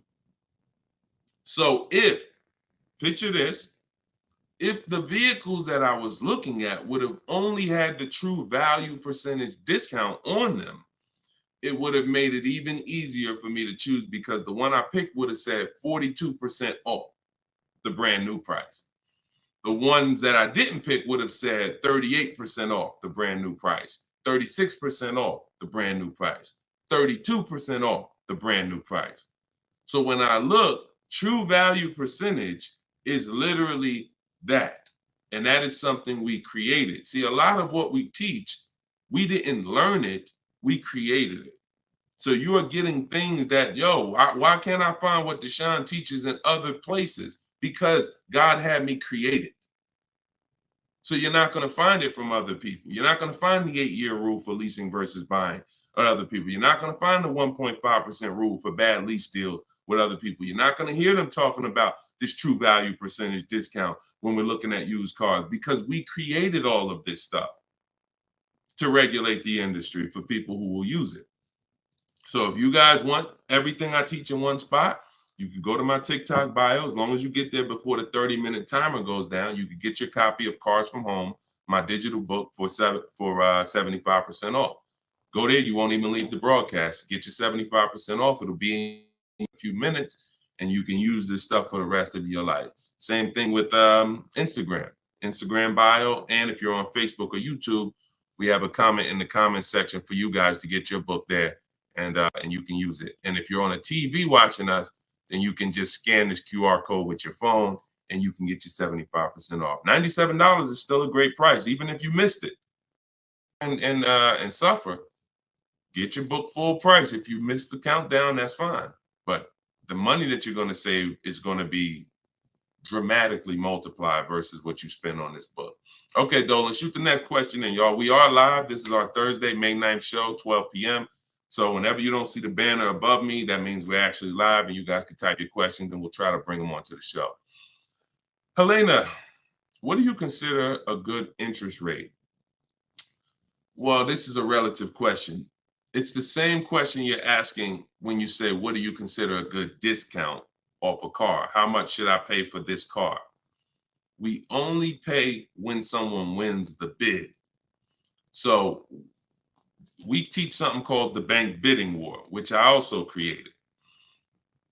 You have been taught that, don't let these dealers run your credit, or always get, who's been taught any of this stuff? Always get your own pre-approval You know, never use the dealers' banks.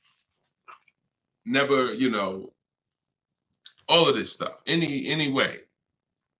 We teach a process that the credit bureaus allow.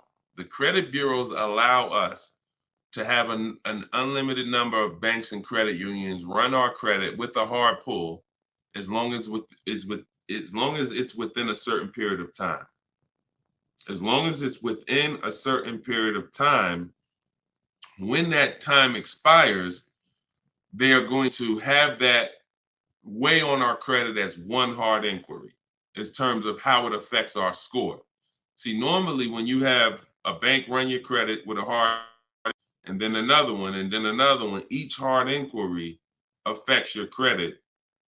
But when you do it the way it was meant to be done, and using the bank bidding war, if one hard inquiry would have dropped your credit 10 points, 20 of these hard inquiries is going to drop your credit the same 10 points. So the way it's done is there's 3 rounds to it. There's 3 rounds. This is for people that are financing. Again, those of you who are paying cash, this doesn't matter. Those of you who are leasing a vehicle, this doesn't matter.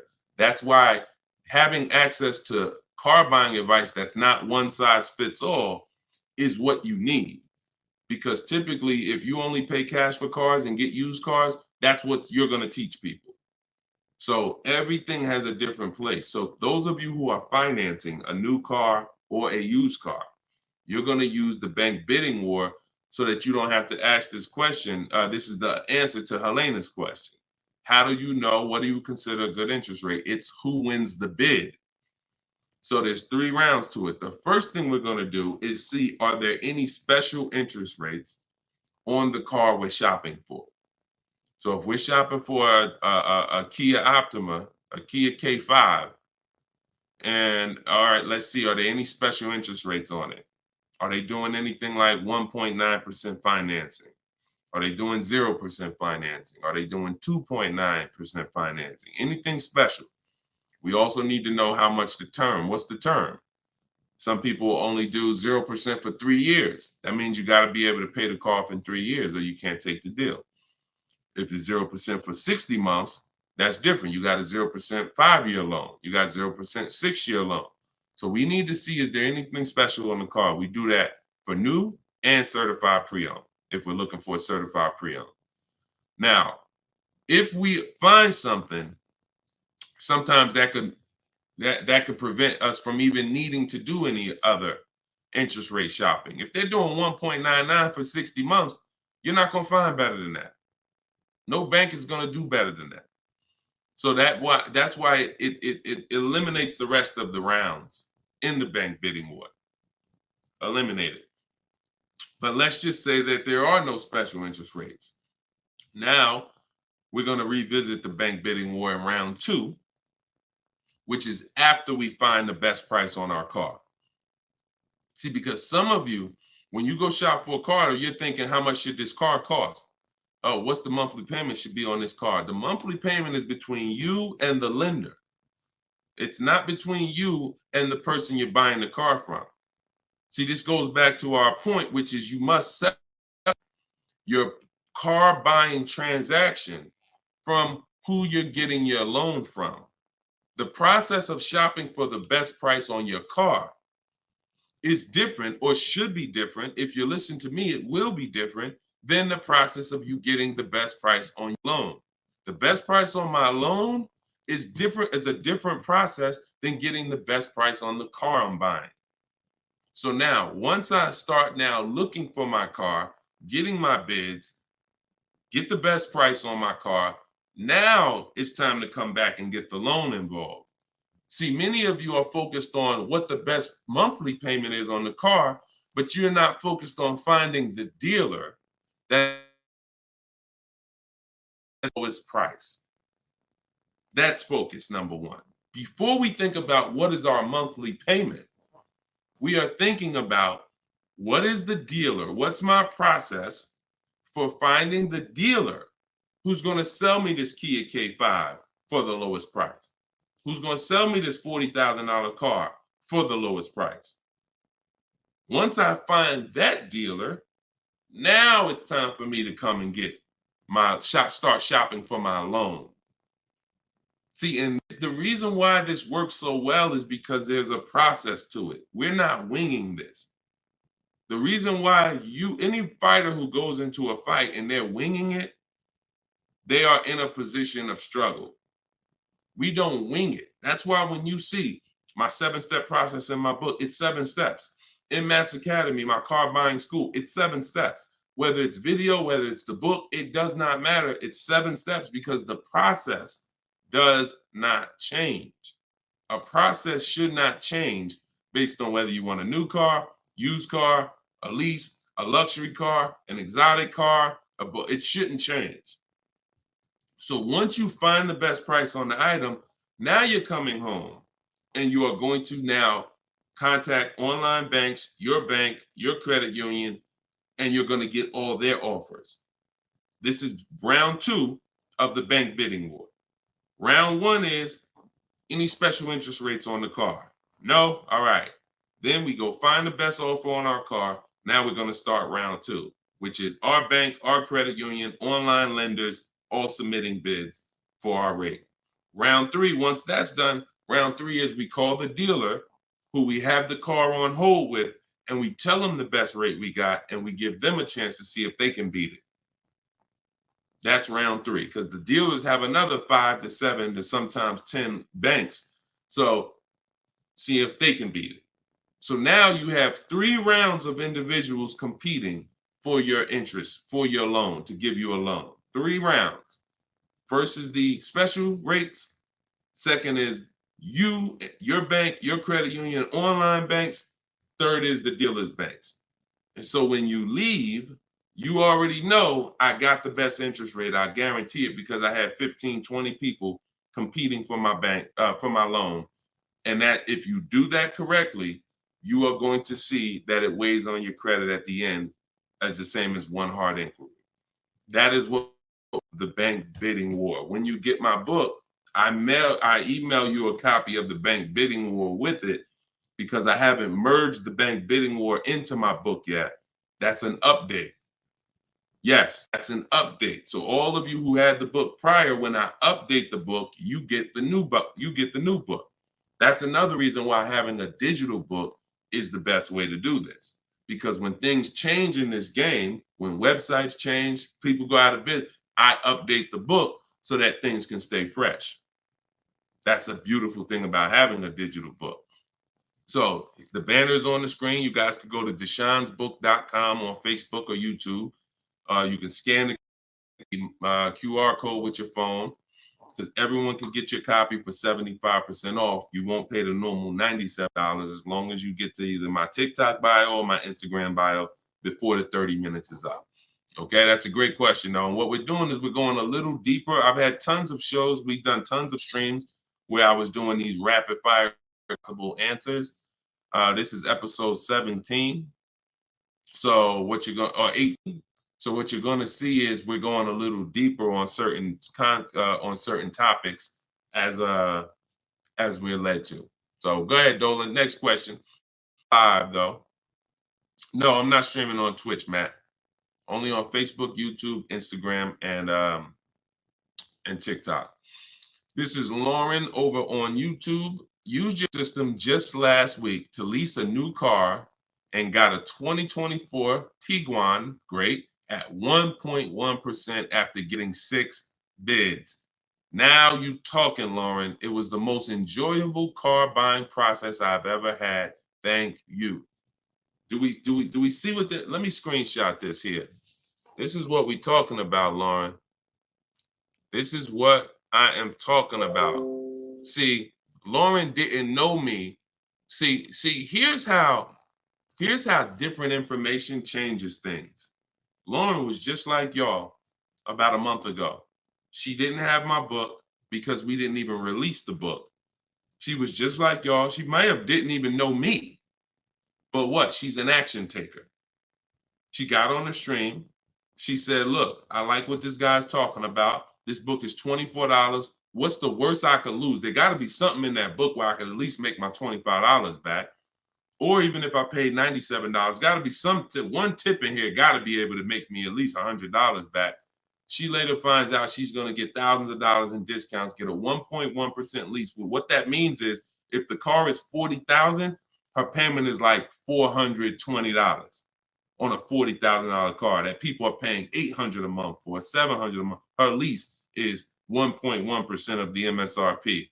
So because she's an action taker, she went forward, she got the book, she used the scripts, she said, I'm done with the old process. I'm willing to unlearn my old way of shopping, and I'm going to relearn this new way to shop. That's why, you understand?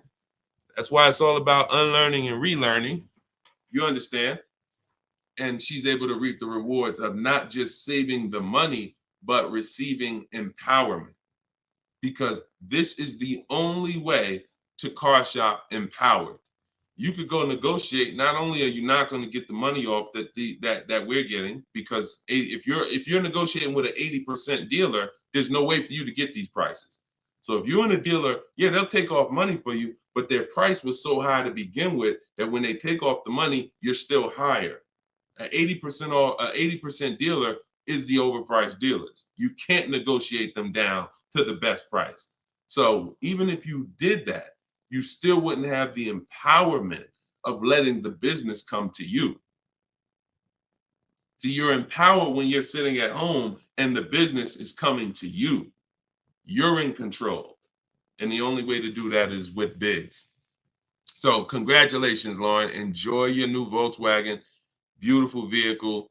And I'm so glad to hear that you trusted the process and you have reaped the rewards. Congratulations. God bless you. All right, Dolan, go ahead. Throw the next one up. We are live, y'all. This is our Thursday, May 9th, 12 p.m. live stream. So if you don't see the banner over my head, we are live. You can ask your questions. We'll try to get them in the show. Wanda Lopez Smith on TikTok. Leasing companies not allowing third-party buyouts. Yeah, I explained that. If we have a third-party restriction, we're going to sell it to a local dealer. But we still get bids. We still need to get bids from the online car buyers to know if we have equity. If we have equity and we have a third-party restriction, we're going to sell it to a used car. Like if I had a BMW and there's a third-party restriction, I'm selling my BMW to a BMW dealer. I have a whole script in my book for how we do this. We talk to used car managers, and I'm going to have a used car manager buy it. See, some of you bought your car because you saw the third-party restrictions and you bought it and resold it. I don't like doing that because when you buy it and resell it, you have taxes, you have fees that you're going to pay. When you sell to a local dealership, sometimes they don't pay the taxes and there's no fees. So buying and reselling, you're eating up like probably $3,000 or $4,000 of any equity you would have. So yeah, we've been getting out of the, we've had a process for third-party restrictions since they started them in 2021. We've had a process for how we were going to sell our cars and get our equity, even with third-party restrictions. So that's never stopped us. Never stopped us. Good, great question.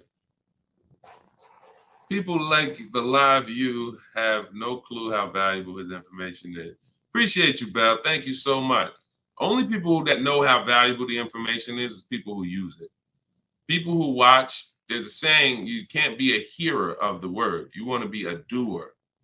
A doer. A lot of people hear. A lot of people hear because we want our ears tickled. But it's the doing that leads to the savings. And in our case, what we're asking you to do is easy. It's just your programming and your fear of a process. See, it's an unknown hell. I mean, an unknown heaven is what we have over here. But you have a known hell. Sometimes what you know is so comfortable, even though it's hell, but it's, you know it. You're comfortable with it. You're comfortable with the discomfort of car shopping. So this is what, Deshone, everything you're saying, that sounds hard. Sitting at home and doing these copy and paste things and having this, that sounds hard. That's just your fear. That's your programming talking to you. That's not reality. Because in reality, you see people like Lauren who just came on, and you see this is the easiest way she's ever bought a car in her life. This is the most money she's ever saved in her life. Look, you got people like, look, Matt, happy to share. I've officially graduated. Huge thank you to Deshone, building such a great system, answering all my questions along the way. Lease details. You got a $56,000 Hyundai Palisade calligraphy, 1.28% lease. Highest quote was $1,167 a month. He got his for $719. The highest quote he got from an 80% dealer was $1,167 a month. He got his for $719. Sitting at home, getting bids. So for those of you who want to know, like, I do have a car buying school. It's called Maps Academy. You want to know more about it? We have a comment in there. You can attend my free masterclass. I don't let anybody in my school who has not gone to my masterclass everything you're doing raw and buying, selling, and leasing cars. So there's a comment in there for the comment section, and we have a link in my bio for you as well, who if you think, you know what, I want to see about his online buying school. I don't care, because the system that Matt says, Deshone, thank you, Deshone, for building such a great system. The system is the same. So, but you have to be an action taker. And because the system is simple, and it's in video form, and it's in book form, and it's in my free live video, my free streams, you just get it where you could get it. But there's no excuse for sitting at home car shopping the old way anymore when this information is available and it exists and it's 3 years old. This isn't new. We have hundreds of people. You're not oh, let me take a chance and see if this will work. That ship has sailed long time ago. Long time ago, that ship has sailed. But the action takers are going to win, not just the hearers. People listen, oh yeah, this sounds good. Of course it sounds good. But you won't reap the results until you become an action taker on the information. Okay, so those of you who want the book, it's in my TikTok bio, it's in my Instagram bio. You'll have access to these strategies for the rest of your life. All right, Dolan, shoot the next question up. We got some great questions coming in today. This is our Thursday, May 9th live show. So we are live right now. It's our 12 p.m. stream. Melanie from TikTok, what do you recommend for a young adult that is first-time car buyer that has no credit? I would recommend you save up. You get something that we call a smart car. That's not one of those little cars that you heard. It stands for saving money at the right time. I got a car that's my point A to point B car because I work from home. I got a car. It was literally $4,000. I got it from a grandfather over in South Orange. He was 98 years old, and he still drove until he couldn't drive anymore. Car had 72,000 miles on it, and I got it for $3,750. Literally, it was I got it a year ago, so that was it was an 08 Pontiac G6, 70,000 miles. And that's something that I drive from point A to point B whenever I want to do my run. Because again, I work from home. Most times we take the truck, but if my wife's out, I'll take the car. But I didn't need to spend $10,000, $15,000, $20,000 on a car that I'm driving twice a week. So what I would tell you for you is if you need transportation, you want to get it reliably, save up some money, get yourself a private party sell on Facebook, pick it up for a couple grand. But you have to be diligent. You want to find it from an owner. You want to find it from an owner who's not driving too much, who maybe they got a second or third car in the family, and that you don't want to deal with these dealers on Facebook Marketplace perpetrating as owners. The owners know the history of the car. They've had it for the last 8-10 years. You want somebody that can tell you, yeah, my little son, this is where Jeremy took the car one day. He was driving to the grocery store. He backed into a car over there right here. You want a person who knows that. Not a dealer who just picked up the car and now they're trying to sell it to you for $2, $3, $4 grand. So that's what I would be doing. I would be getting me a very reliable, inexpensive car that I can actually get to work with, make more money. And then once I make money, I will be choosing whether I'm buying or leasing based on if I'm going to keep the car for 8 more years. Whenever you get into spending real money on cars, over 12, 15 grand, this is when you start wanting to ask yourself, am I going to keep this car 8 years or not? Because once you get these cars and build up your credit, Melanie, another thing you should be doing is getting a credit card, not using it, pay it off every month, spend $20 on it, pay it off so you can get your credit up to a 700 score. You could be at a 700 score lightning fast before the next 12 months. So now what you want is you want a car to drive, get you to where you're going, but then you want to be building your credit now. So now when you're like, okay, I got a job, I'm making money, I want to get me a different car. Am I going to buy it or lease it? And if you're not keeping it 8 years, you want to go for the lease so that you could drive a brand new car for pennies on the dollar, as long as you keep following what we're teaching and getting great lease deals. But if you're keeping the car for 8 or more years, then you would go and you would buy a car, not lease it. But in order to do that, you want to set yourself up and get yourself up to a 700 credit score. So you should follow somebody like Shonda Martin. She's on all the platforms. Shonda Martin, this young lady is a guru when it comes to credit. She does a lot of live streams, a lot of Q&As, just like me. But yeah, you got a great path. But don't go out there and do what a lot of people do and finance a car, no credit, your first car, you're going to go buy it. Now you're getting a $20,000 car. You're going to probably pay, $500 a month for it. And now that car is going to be a long-term thing because it's just too expensive. And you just don't follow the traditional route is what I would tell you. All right. I'm glad. It's my daughter. She has a full-time job and now searching for a car. Okay. Perfect, Melanie. I think that's a great plan.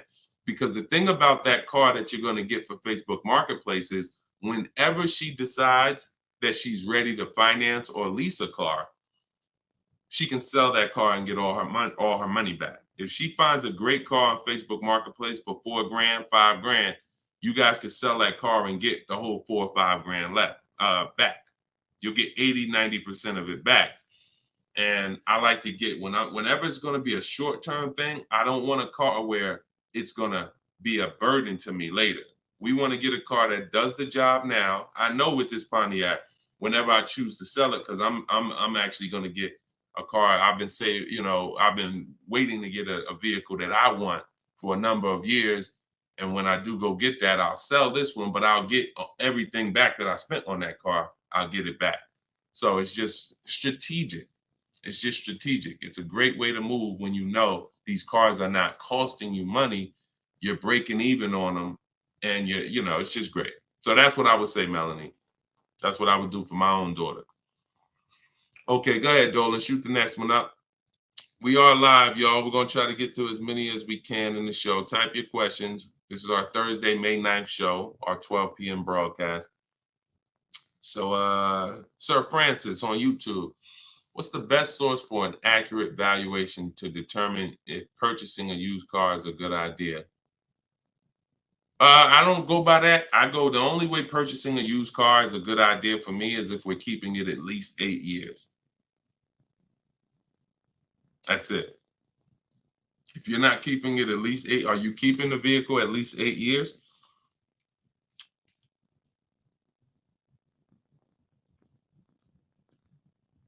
Let's see if we give him some time to answer. Are you keeping the vehicle for at least 8 years, Sir Francis?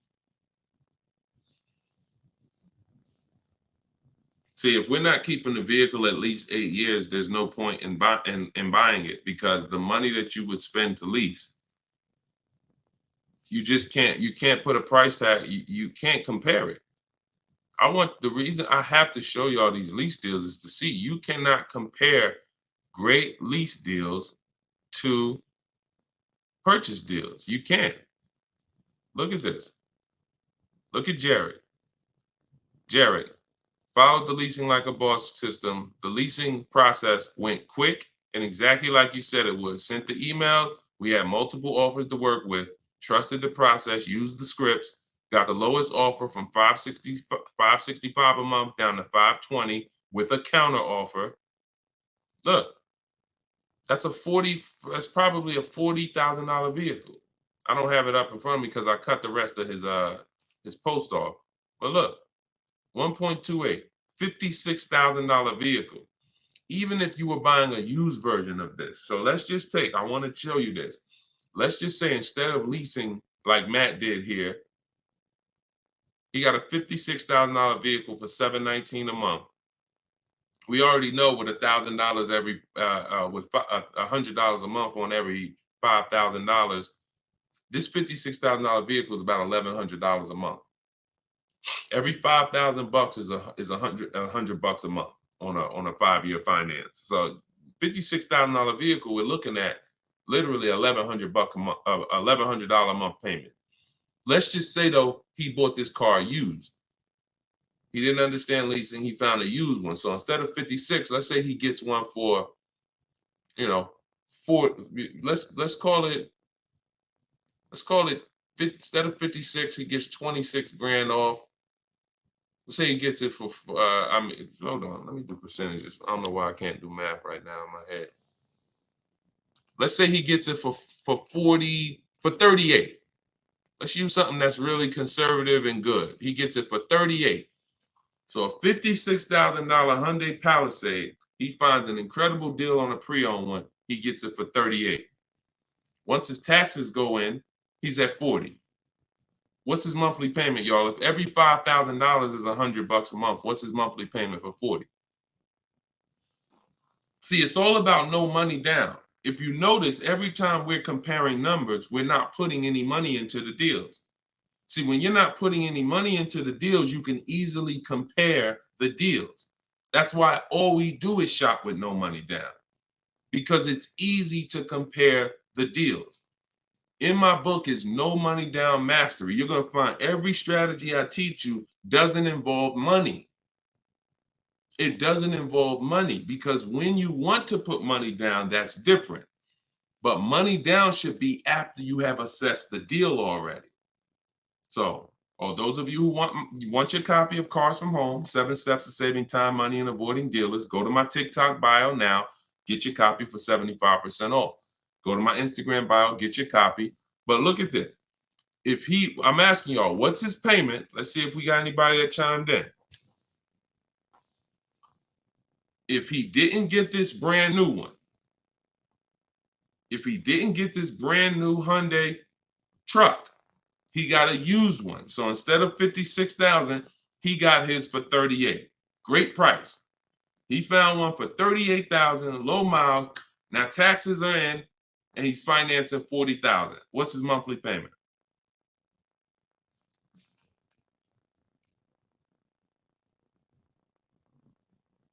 Anybody do the math?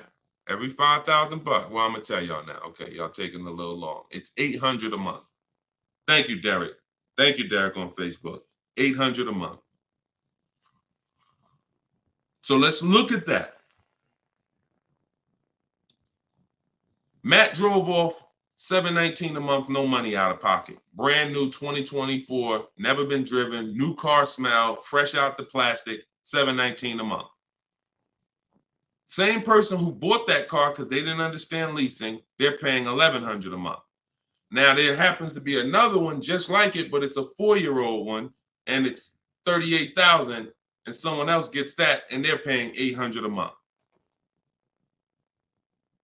Do you see how much money those who don't teach you about leasing have cost you? Do you see how much money listening to those who don't understand leasing has cost you? Big money. So I'm either driving a used car and I'm paying more than the guy who got the brand new one, or I'm driving a brand new one just like him and I'm paying $400, $500, $600 more than what he's paying because I bought the car. Now, when do the people who buy win? When do they win? 8 years down the road. 8 years down the road. See, because when you buy your car and you pay it off, see, the person who leases is not worried about depreciation. That's the car going down in value like this. The person who leases is not worried about depreciation. They've already beat it because their lease payment is so low. Their lease payment is so low, they're paying less than what the car's normal depreciation would be. So they beat it with a great lease deal.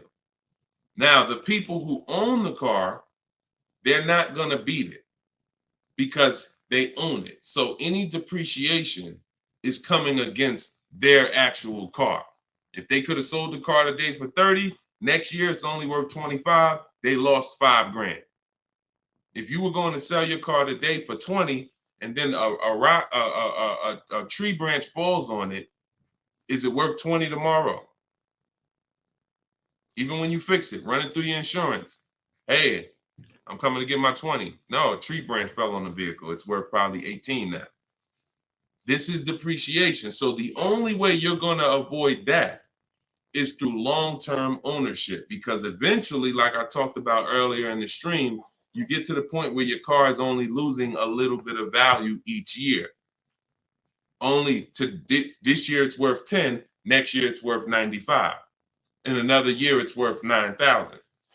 That doesn't happen until you have kept the car 9, 10, 11 years.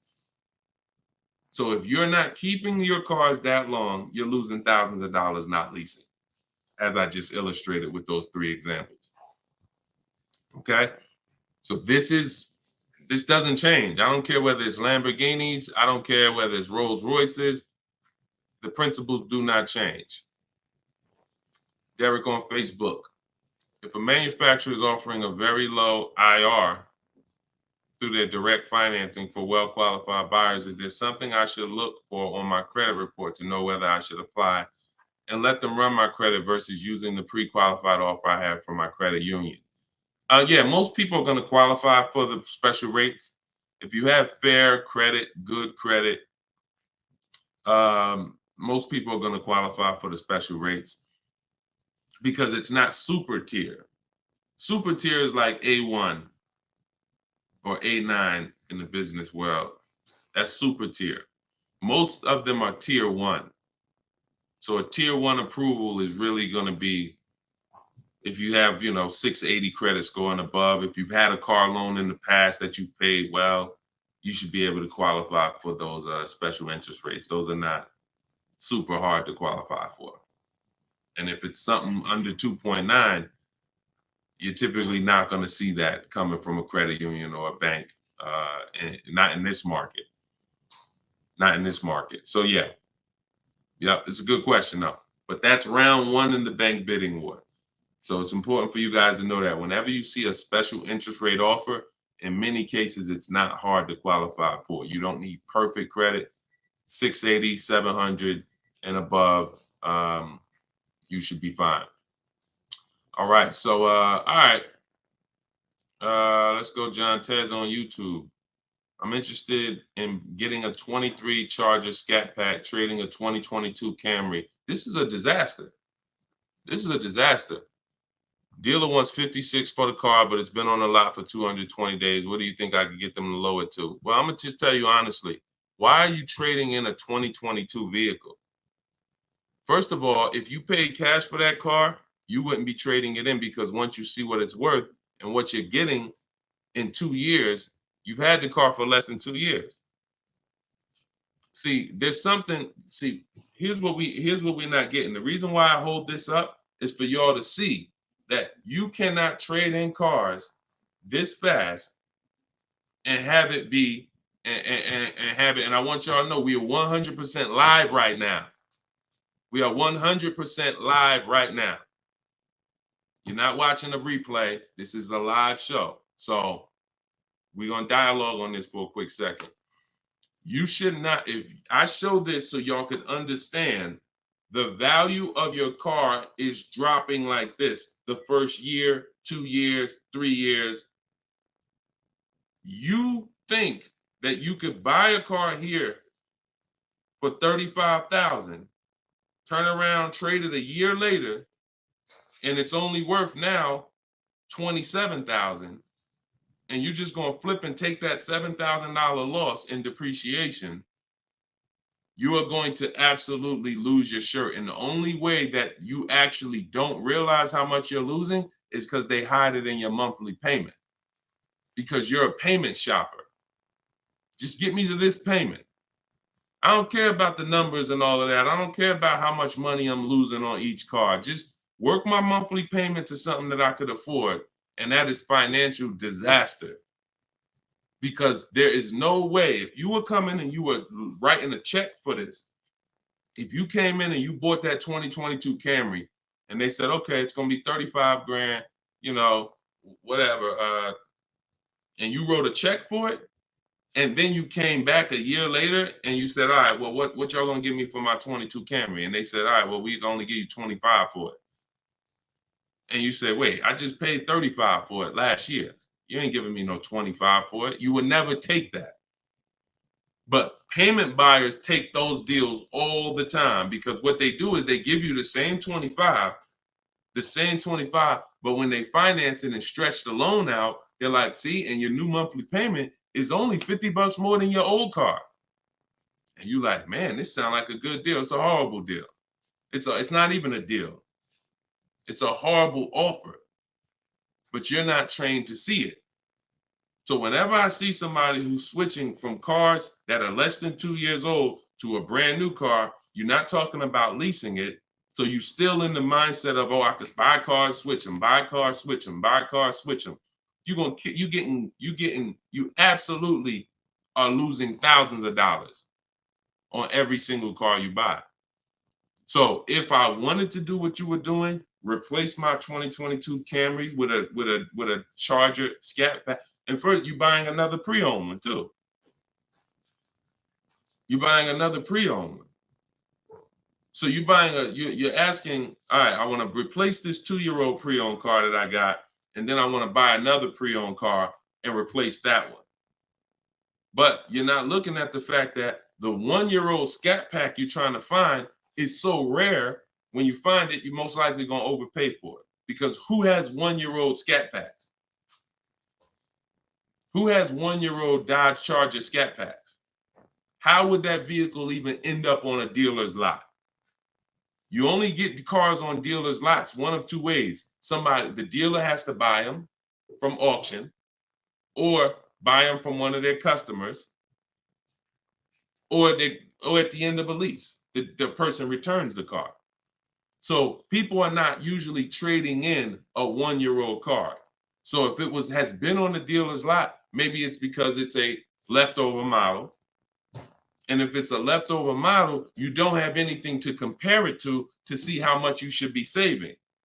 So what I would be doing is, before I buy a 1-year-old Scat Pack, I would see what's the market on a brand new one. This is so important. This is so important, because this is financial intelligence. Look at this. If I would have walked in, this is Sean. Sean got an F-150 Lightning $73,000 vehicle. He ended up saving $20,000 on the vehicle. Brand new one. Same thing with Kimberly. She got a Maserati. You can see here, what does it say? Total savings, $20,700. 2023 Maserati Greco. $86,000 vehicle. They took off $20,700. That's the new one. So what happens if she would have bought a used one, 1 year old, and she saved 20 grand? She might have thought that was a great deal. Man, I got a 1-year-old Maserati. They took off 20 grand for me. Not if she didn't know that on a brand new one, she could have got 20 grand off. So whenever you're buying a car that new, you need to know what the brand new market is to know, all right, if I can save 10 grand off a brand new one, then how much should I save off the 1-year-old? I should save a lot more than that. See, and you have a lot of things that you moving in a way that I would tell you need a system, because it's hard for me to explain to you everything you are doing and a way you're approaching this, how you're going to overpay by thousands and thousands of dollars. You haven't talked about leasing versus buying. You're not talking about shopping for cars in a way where you can actually see multiple offers. You're talking about buying a 1-year-old pre-owned car without looking at what the market is. How do I know a good deal on a 1-year-old one? There's not enough vehicles out there for you to know a good deal on a 1-year-old, which means the only way I'm going to know a good deal on a 1-year-old one is I need to know what a good deal is on a new one. And if a good deal on a new one saves me 15 grand, then that means on a 1-year-old one, I need to save like 20 to 25. There's not enough vehicles for you to do that. So you should really be looking at following a system, learning about leasing versus buying. Are you keeping the next car 8 years or not? If you're not keeping the next car 8 years, you shouldn't be buying, you should be leasing. Because I don't care what you get the price for on the Scat Pack, you are gonna overspend compared to someone who goes and leases their Scat Pack and gets a great deal on it. So we got to slow down and look. Most times we're approaching car buying like grocery shopping. We're trying to get our car deal done the same time as a grocery shopping visit. 2 hours, 3 hours. We're at the grocery store more than we're planning our car purchase. And the only way you're going to save money is to take your car buying process seriously. If it's just like, nah, Deshone, it ain't that big of a deal, then go ahead and go give them 15, 20 grand. But I tell you what, somebody like me, somebody who's listening to me, who getting the same car that you're getting, and they say, man, so funny, Deshone, I'm in the same position as that person is in. I got a Camry too, and I want to replace it too with a Scat Pack. But I'm gonna use your strategies. I'm gonna assess my old car, get bids for it. I'm going to determine leasing versus buying, and then I'm gonna shop for my car. That person will save 5 to 10 grand more than you, minimum. Minimum. I put any amount of money on it. I put any amount of money on it. So slow down and answer this question first. How many years are you keeping the next car? If the answer is not 8, don't think about buying it. Don't think about buying it. My goal is to shop for my most aggressive lease on my next car. If I'm buying it and I'm keeping it over 8 years, then I'm buying it. I'm not buying a car that I'm not keeping more than 8 years. Not no Scat Pack, not no Dodge Challenger, not no Toyota Camry, nothing. If I'm not keeping it 8 years, I'm not buying the car. Lease deals are too great. It's pennies on the dollar when I learn to get them. So everything I'm teaching y'all is out of my new book, Cars from Home. It's a digital book. It's called 7 Steps to Saving Time, Money, and Avoiding Dealerships. You can get your copy for 75% off in my TikTok bio. The price of the book is $97. That is the price. But you can get it for $24 if you get to my TikTok bio before the 30-minute timer expires. If you get to my Instagram bio before the 30-minute timer expires. We have a link in the comment section on YouTube and Facebook. You can go to deshonsbook.com, or you can scan this QR code with your phone and you can get your copy for 75% off. So use it. Make sure you send me your success stories. Continue to send me your success stories so we can bring them onto the show. That is a step-by-step system. There's nothing left to chance. You cannot leave anything to chance when it comes to car buying. Everything that we teach is for a reason. So let's continue to move. You know, we will be back soon for another stream. And catch us later. We're usually live 7 and 12 p.m. So if you're around at 7 p.m., just again, if you don't see the banner above us, that means we're actually live. So jump on and we'll get to it. Everybody else who got your book, enjoy. For those of you who want to attend my free masterclass, Everything You're Doing Wrong, Buying, Selling, and Leasing Cars, you can also go to the comments or to my TikTok and Instagram bio. But you're going to need about an hour. And that's a straight hour of me in my board. And we have a comment for you right here in the Facebook and in the YouTube section. That's me showing you scenarios, going over 23 mistakes that most of you are making that you need to stop making if you're truly going to get below market deals. Okay, so other than that, y'all, get the information. I don't care how you get it. Get in where you fit in. Use it. Keep unlearning. And let's keep saving this money. All right, God bless y'all. See y'all on the next one.